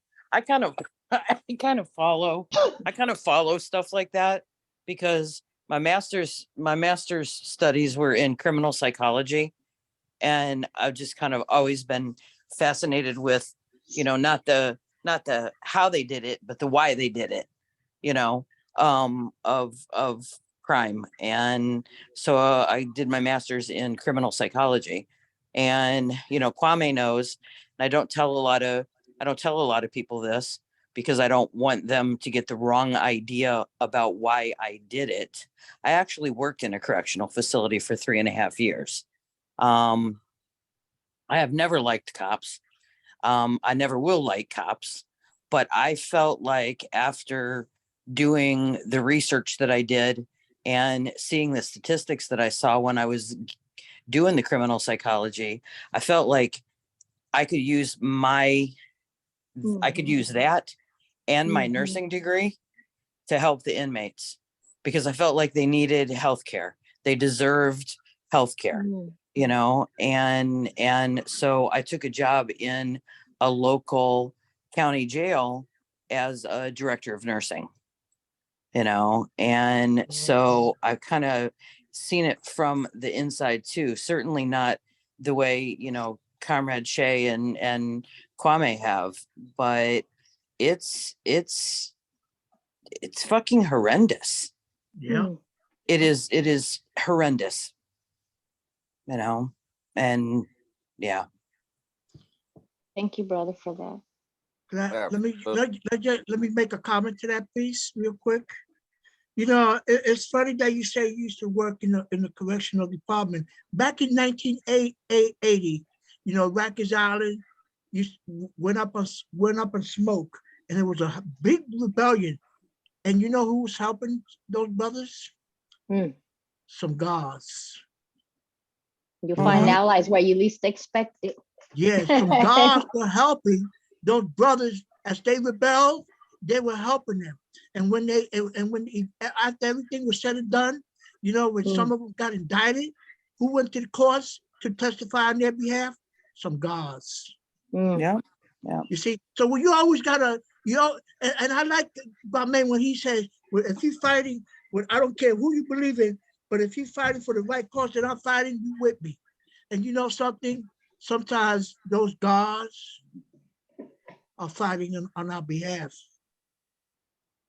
I'm not saying the police department, because that's a different story. The system, right?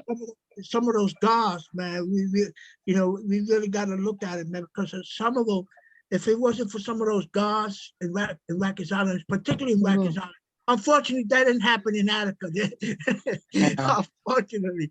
Well, I always had way more trust. I always had way more trust in the inmates than I did in the guards. I mean, here I was this little 5'6", 135-pound female, walking around in this county jail and having to go into the slices, and and having the inmates come down to my office and getting them ready to see the doctor and all that kind of stuff. And I always felt like if some shit popped off in that place and we had like some major failure and all the doors popped open, I would have been taken care of, because I treated them with respect, and I would have been taken better care. The guards would have been worried about their own shit, and they would have been worried about what was going on with the jail. I know that there was a group of inmates that I had established good enough relationship with that I know that I would have been protected. I trusted them more with my life than I did the guards. Yeah. Every day. During the Attica thing, when some brothers were indicted, for various reasons that happened in the yard, I was one of them who went to court, and I ran into a guard that was a hostage that we had hostage, and his name is Michael Smith, and he came up to me. He said, "How you doing, Che?" And I said, but he hugged me, man. I ain't never hugged a cop, but he hugged me. And guess what? He was there to testify on our behalf. And before I left the courthouse, I said, "Take care, bro."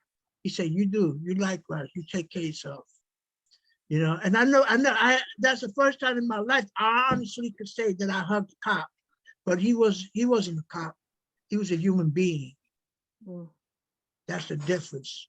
You know, he had human sympathy within him, you know, and he knew, man, that shit was wrong. You know, when cops, man, realize the shit is wrong, then they have to make a decision which side they're gonna be on. You know, let me go. That's a good point, brother. I feel like, you know, just to add to that also is that, you know, we're all complicit in this shit somehow. Yeah, You know, we're all complicit some way, somehow. We got to make a living, we got to sustain our families, and so we're all Yeah. complicit in some way, shape, or form. And Yeah. and you know, that's been you know, I've had a lot of lessons within this past year, and that's one of them. You know, I think, you know, what you were speaking to earlier about you know, the issue with the sister, having to do with the creator and like her views, and that it comes to, we hold on to these views so strongly, and sometimes we get offended. I know I have been in situations where we get so offended about something, and you know, there's this whole cancel culture going on that, you know, if you can't even disagree and like converse on a subject where we disagree, and do so respectfully, and if I feel offended, I'm just gonna cancel you and I'm not here no more, and you just kind of shut down.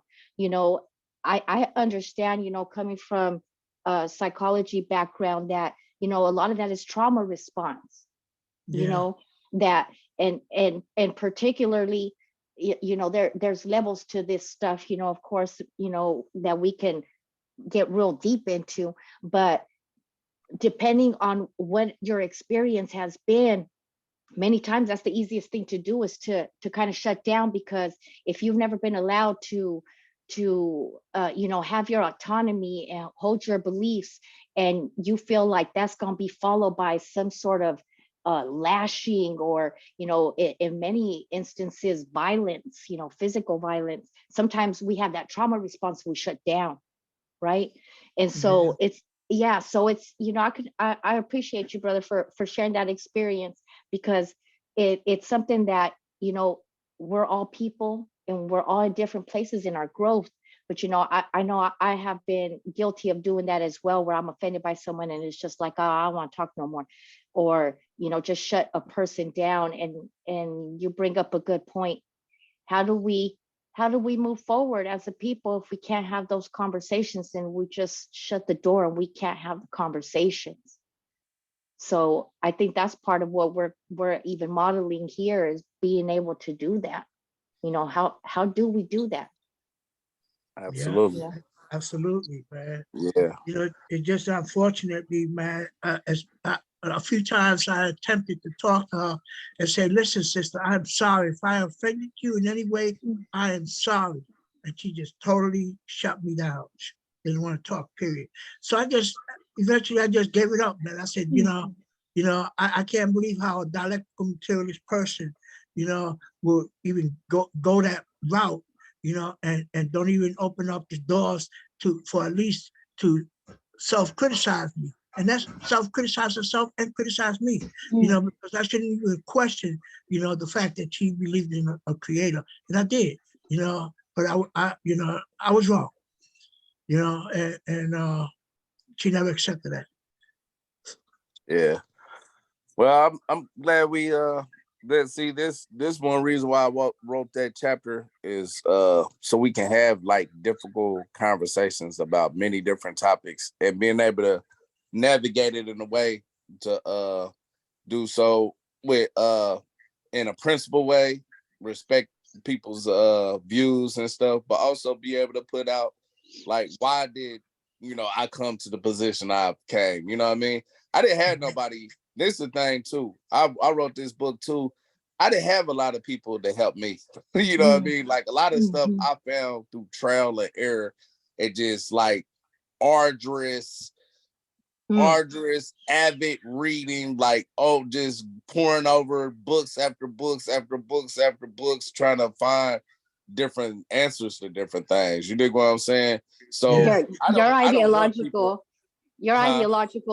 ideological struggle was with the authors of these books Yeah, that's in that where. instance. Yeah. Right. Yeah. And those were my mentors. It was like, Mhm. and remember, I was on lockup for years. Out of 18 years, I did over 10 years of them under those conditions. Supermax lockdown units where I'm in the cell 23 hours a day. Imagine you doing 10 years like that in your life. 7 years of it was straight. It was like 3 at certain point, 7 at another point, and that's also wrapping up some of those administrative segregation units which would take it over 10 years. But imagine being in a situation like that. If you don't come out different, you know what I mean? Like you didn't maximize your time. Like that's all I had was books. That's what kept me company. You know what I mean? I had nothing but to like try to navigate and figure out any question I have in life. I'm like, okay, I'm gonna pick up a book and keep on going till I find it out. You know what I'm saying? I don't care if it takes Yeah. some of these things took me years, like years of I hear studying. you, man. I You hear know you. what I mean? But I wanted to come back out here and make it easier for other people. So if I say I found this, well, I'm putting it out here. If this is something that you're searching for in your own life, well, bam, I made it easier for you. You know what I mean? Something that took me Right. 10 years, you know what I mean? I'm putting the best books I read on these subjects to help you sum it up quicker and then follow up with the research, you know what I mean? But that's what this is about, like, because everybody's on search for something, you know what I mean? Yeah. And That's if we right. can help each other answer these questions a lot easier and stuff, I think we doing a service to humanity. Zombie, I see your hand up, and you'll probably be the last one because we at 2 hours. Yeah, this is just a real quick question about something you were talking about when you were talking about your friend LB. You mentioned, and I'm asking for a personal reason. You mentioned something called was it the conviction integrity unit or something? Yep. Is that like a statewide thing, or is that a particular, was that the the particular court system that he was involved with, or? Yeah, that's a unit down in Indianapolis Okay. that handles all the cases in Indiana. So if somebody's All in of them in prison, Indiana? yeah, it's for the whole state of Indiana. He's just Oh, was the first case that they does it took still, on. is it still in existence? Yeah. But I would emphasize Leon is the first case, and he told me he was gonna get out in June of last year. He's still not Yeah, see, out. that's such bullshit. Yeah. As soon as a Yeah. unit like that, as soon as a unit like that determines that somebody was innocent or their conviction gets overturned, the second that happens, they should be out. Right. The Yeah. Even second the that prosecutor. happens, you Even That's the know, right. prosecutor. why we sitting here waiting on a damn piece of paper? They Yeah. just said he's innocent. Yeah. He's about to do another year in prison after they already When he determined. shouldn't have been there to begin with. Yeah. So Kwame, are you, and we can continue this outside of here, but are you familiar with a young man from up here named Tyree Bradbury? Nope. Yeah, that's why I'm asking, because we had a young man up here that was involved, well, and he wasn't even really involved. He was present when a murder took place back in 2014. He was 15 years old, Right. and they charged him as an adult. They tried to say that he brought weapons to a meeting in a park, and it was well known that he didn't pull the trigger, but because he brought the weapons, and it's a long, and you and I can talk about it, because I could, you know, there's people up here obviously that are working to try to get him out. I mean, it's gone. The Supreme Court last year, at the end of last year, said that they won't hear his case. So yeah, so people are really working. His mom lives here, and my friend Laria, who runs an organization called oh my God, why do I always blank out on it? Damn it. Damn That it. Be the happens to me all the change. time. Be the That change. That Yeah. happens to me too. I'm like little Alzheimer's moment or something. But Loria, Watch it.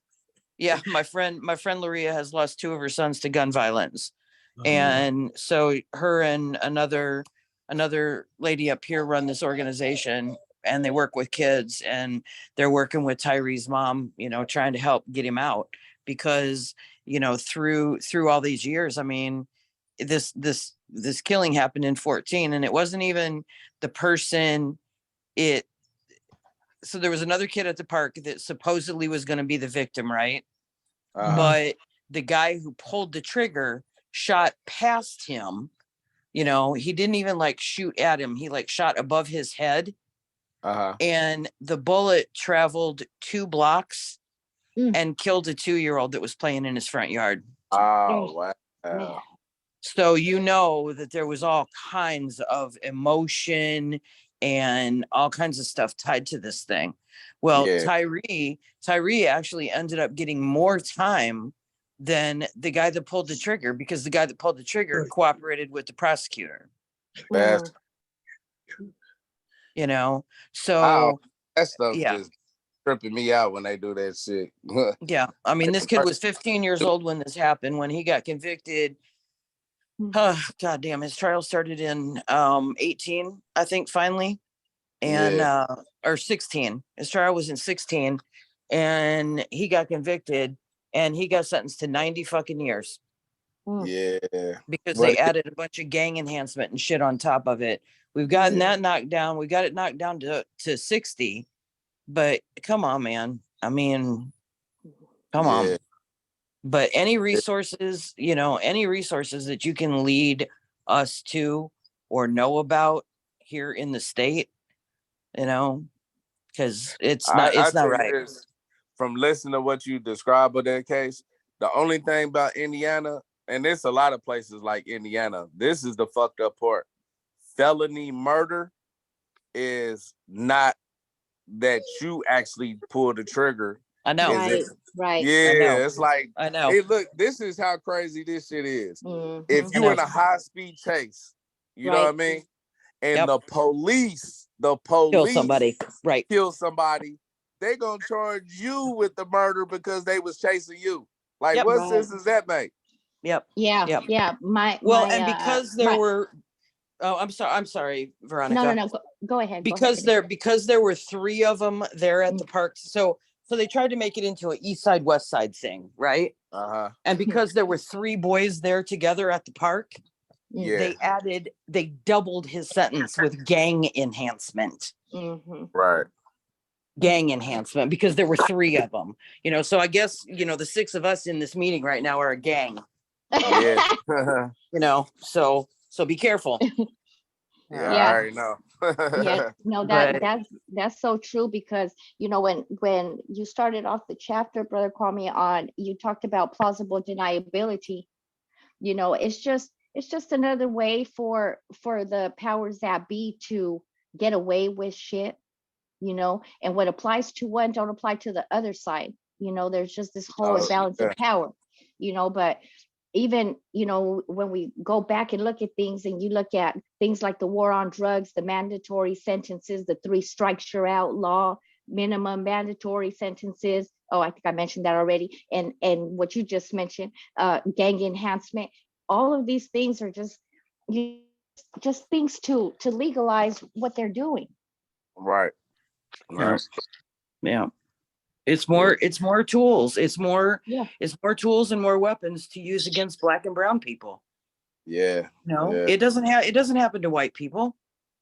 Well, it doesn't. I don't say that. It just don't happen as not as much. Not as Right. much. Just a lot of people in Yeah. prison got all this.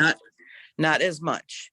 And this was all those things, Veronica. This was all those things you mentioned. It was an election year. So the prosecutor was running for office. It was all of this bullshit all come together and convicted a kid who was 15 years old when this shit happened. and sentenced him to Mhm. 90 years in prison. That's You know, right. and we got Yeah. it down. We got it down to 60, but Yeah. that's still not. No. Last one they got it down to it's down to 45. But 45. that's still Yeah. not okay. Yeah. Because now in Indiana, I don't know if you know this, Three zombie. quarters. Yep, three Yeah, quarters. Yeah. It's three. In his case, he got, I'm guessing 85% of his time because I'm Yeah, considered, 85. Yeah, yeah, because they gonna say that's a violent crime. So yeah. yeah, They it's used like, to do. They in Indiana they used to do a day for a day of yeah, good that's time. what Mm, right. I You know. I had 39 years. Well, I ended up getting it dropped down to 34 years. Mhm. But yeah, if Yeah. I had got convicted of 39 years, but if I with good behavior, quote unquote, I could get out half the time, which is what I end up getting out 18 years. Yeah. I mean, Yep. Yep. but Yeah, they yeah, used to do 1 for 1, but now, depending on the level of the crime, so like you're right, he's got 85% of it to do. You know, and yeah, he literally is that model prisoner. He's Mm. finished his GED, he's taken college classes, you know, he's mentoring other inmates. I mean, he is literally that textbook model inmate, you yeah. know. But just And yeah. imagine him being the age he is. I'm guessing he's still real young. Yeah. Yeah. Yeah, I no, mean, he's his not. trial was in 16. He got convicted in 16, and he was 17. He was barely 18. He was barely, so he in early 20s Yeah, now. yeah, Imagine going through all the stuff that I just explained in these chapters that y'all read up to now. You know Mm-mm. what I mean? yeah, yeah, This and it's worse now. Remember that Yeah. it's way worse. And I only been out 7 years, and like I've heard so many more stories of what it's like in there now. The drug addiction is like way worse, way where everybody is in there strung out now. You know what I'm saying? Mhm. Don't have Mhm. a lot of people like me in there that's reading books, trying to educate yourself like it was when I was in there. It was a lot more of me type of individuals in there. Back Now, then. Mhm. a lot of young people that's going in there, they coming straight off the streets and they 18, 19 years old. They don't even have, they're putting people like that quickly on the shoe Supermaxes. You know what I mean? Where you fuck up one time and you on there for 5-10 yeah. years. You know what I'm Well, saying? and they don't even have access to the kind of books you did, Kwame, because Yeah, Yeah. now Right. Right. they've changed the kind of books they can have. right. They Mhm. started banning a lot of those books when I was in Yeah, there, and I was like, wow, yeah, what the fuck? This yep. book Now they right can't here even that we have. read, Yeah, this book that Mhm. we read right now, my autobiography, they banned that what 3 weeks after it was published. Wow. They yep, said it's not allowed in Indiana prisons. yep. Mm. Like they was already anticipating the book to come out and they was ready to ban it. Yeah, Yeah. yeah. But Well, thank you for letting me. That just my hands are shaking. I mean, Mm. I love this kid. You know, I yeah. was the he was at the county jail when I was the director of nursing there, and I used to I used to pull him out of his cell for like bullshit reasons, just so he could come down and sit in my office, because in my office was the only place that an inmate could be without a guard right by him because of medical privacy. Mm. So I'd come up with all these bullshit reasons for him to come down to my office. Oh, we got to repeat his lab work. Oh, we got to do this. We got to do that. All just right. so he could, They'll do away just so with he that could get soon. out of there. You They'll know, do away with Yeah. that soon, zombie. They'll Yeah. do away with that soon. probably. Mhm. Yeah. Yeah. Yeah. Yeah. Yeah. You know, Well, let me, this was, go ahead. What was you gonna say? I was gonna What say you- I was gonna say basically the system has learned a lot since Attica. You know, they're not gonna allow prisoners to rebel any longer. They're gonna try to pacify the prisoners. You know, and one of the pacifications is some people walking around in the yard now. They got celluars and that are kicking the ass. Celluars in the penitentiary. I couldn't believe it. You know, and also, you know, better food. You know, shit that we fought for in '71. They're giving it to them now, but in a form of pacification. But as far as prisoners rebellion, there's always going to be resistance, mind you. It's always going to be resistance, but they're going to pacify those who they could pacify, not us, but those who they could. I would say this though. One thing I started realizing, and it's just like what we've been witnessing out here. A lot of this stuff that was fought for in the 60s and 70s is being taken right back. Like abortion rights is being taken back. You know what I mean? Yeah. In prisons, like WIC programs and stuff, you don't have as many of those. Kids can get free breakfast and all this stuff like they used to do. You know what I mean? Prison, the food quality, when I was in there, started to drastically increase, decrease, you know what I mean? So it's actually, I would say the opposite is getting worse, like the stuff that people fought for in the 60s. Now, because it's not a lot of the resistance movement that they had in the 60s and 70s is gone, and we're like trying to build that back up. They've been stripping that away from the whole country. If you think about it, abortion. When I saw that happen to abortion, I said, you know what, this is they about to start rolling back everything. Now look at Florida. In Florida, they taking all these books out of the library. You know what I mean? Roberto Clemente, they just took out his book. He's a baseball legend. Yeah. Right, and a person can't read about him in school in Florida. That's something. But I already saw that started happening in prison when I started seeing them they stopped allowing the Black Panther books come in, Malcolm X. You couldn't even get a book about Martin Luther King. Think about that. This is a country that has a holiday after him. You know what I'm saying? But you realize what they really think about him if you can't even get a book about Martin Luther King in prison. You know what I mean? So we got to start taking this fascist movement serious, because it's going to keep on, like Fred Hampton said, if we don't stop fascism going to stop us all. You know what I mean? So, well, yeah, this was a good discussion today. As always, we'll be back on this Sunday. I should possibly be on. I might actually have an interview, but I know it's not my day anyway. But if I'm on, definitely look forward to that.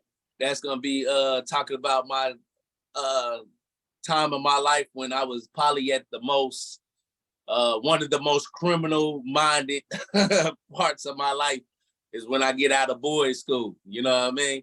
Just think about that. I get out of boys' school, and this is my most criminal mind state I ever had in my life. You know what I'm saying? So I'm going to be talking about that chapter. I want to say chapter 13, called Me Against the World. So I'll be looking forward. I dig that title. Huh? I said I dig that title.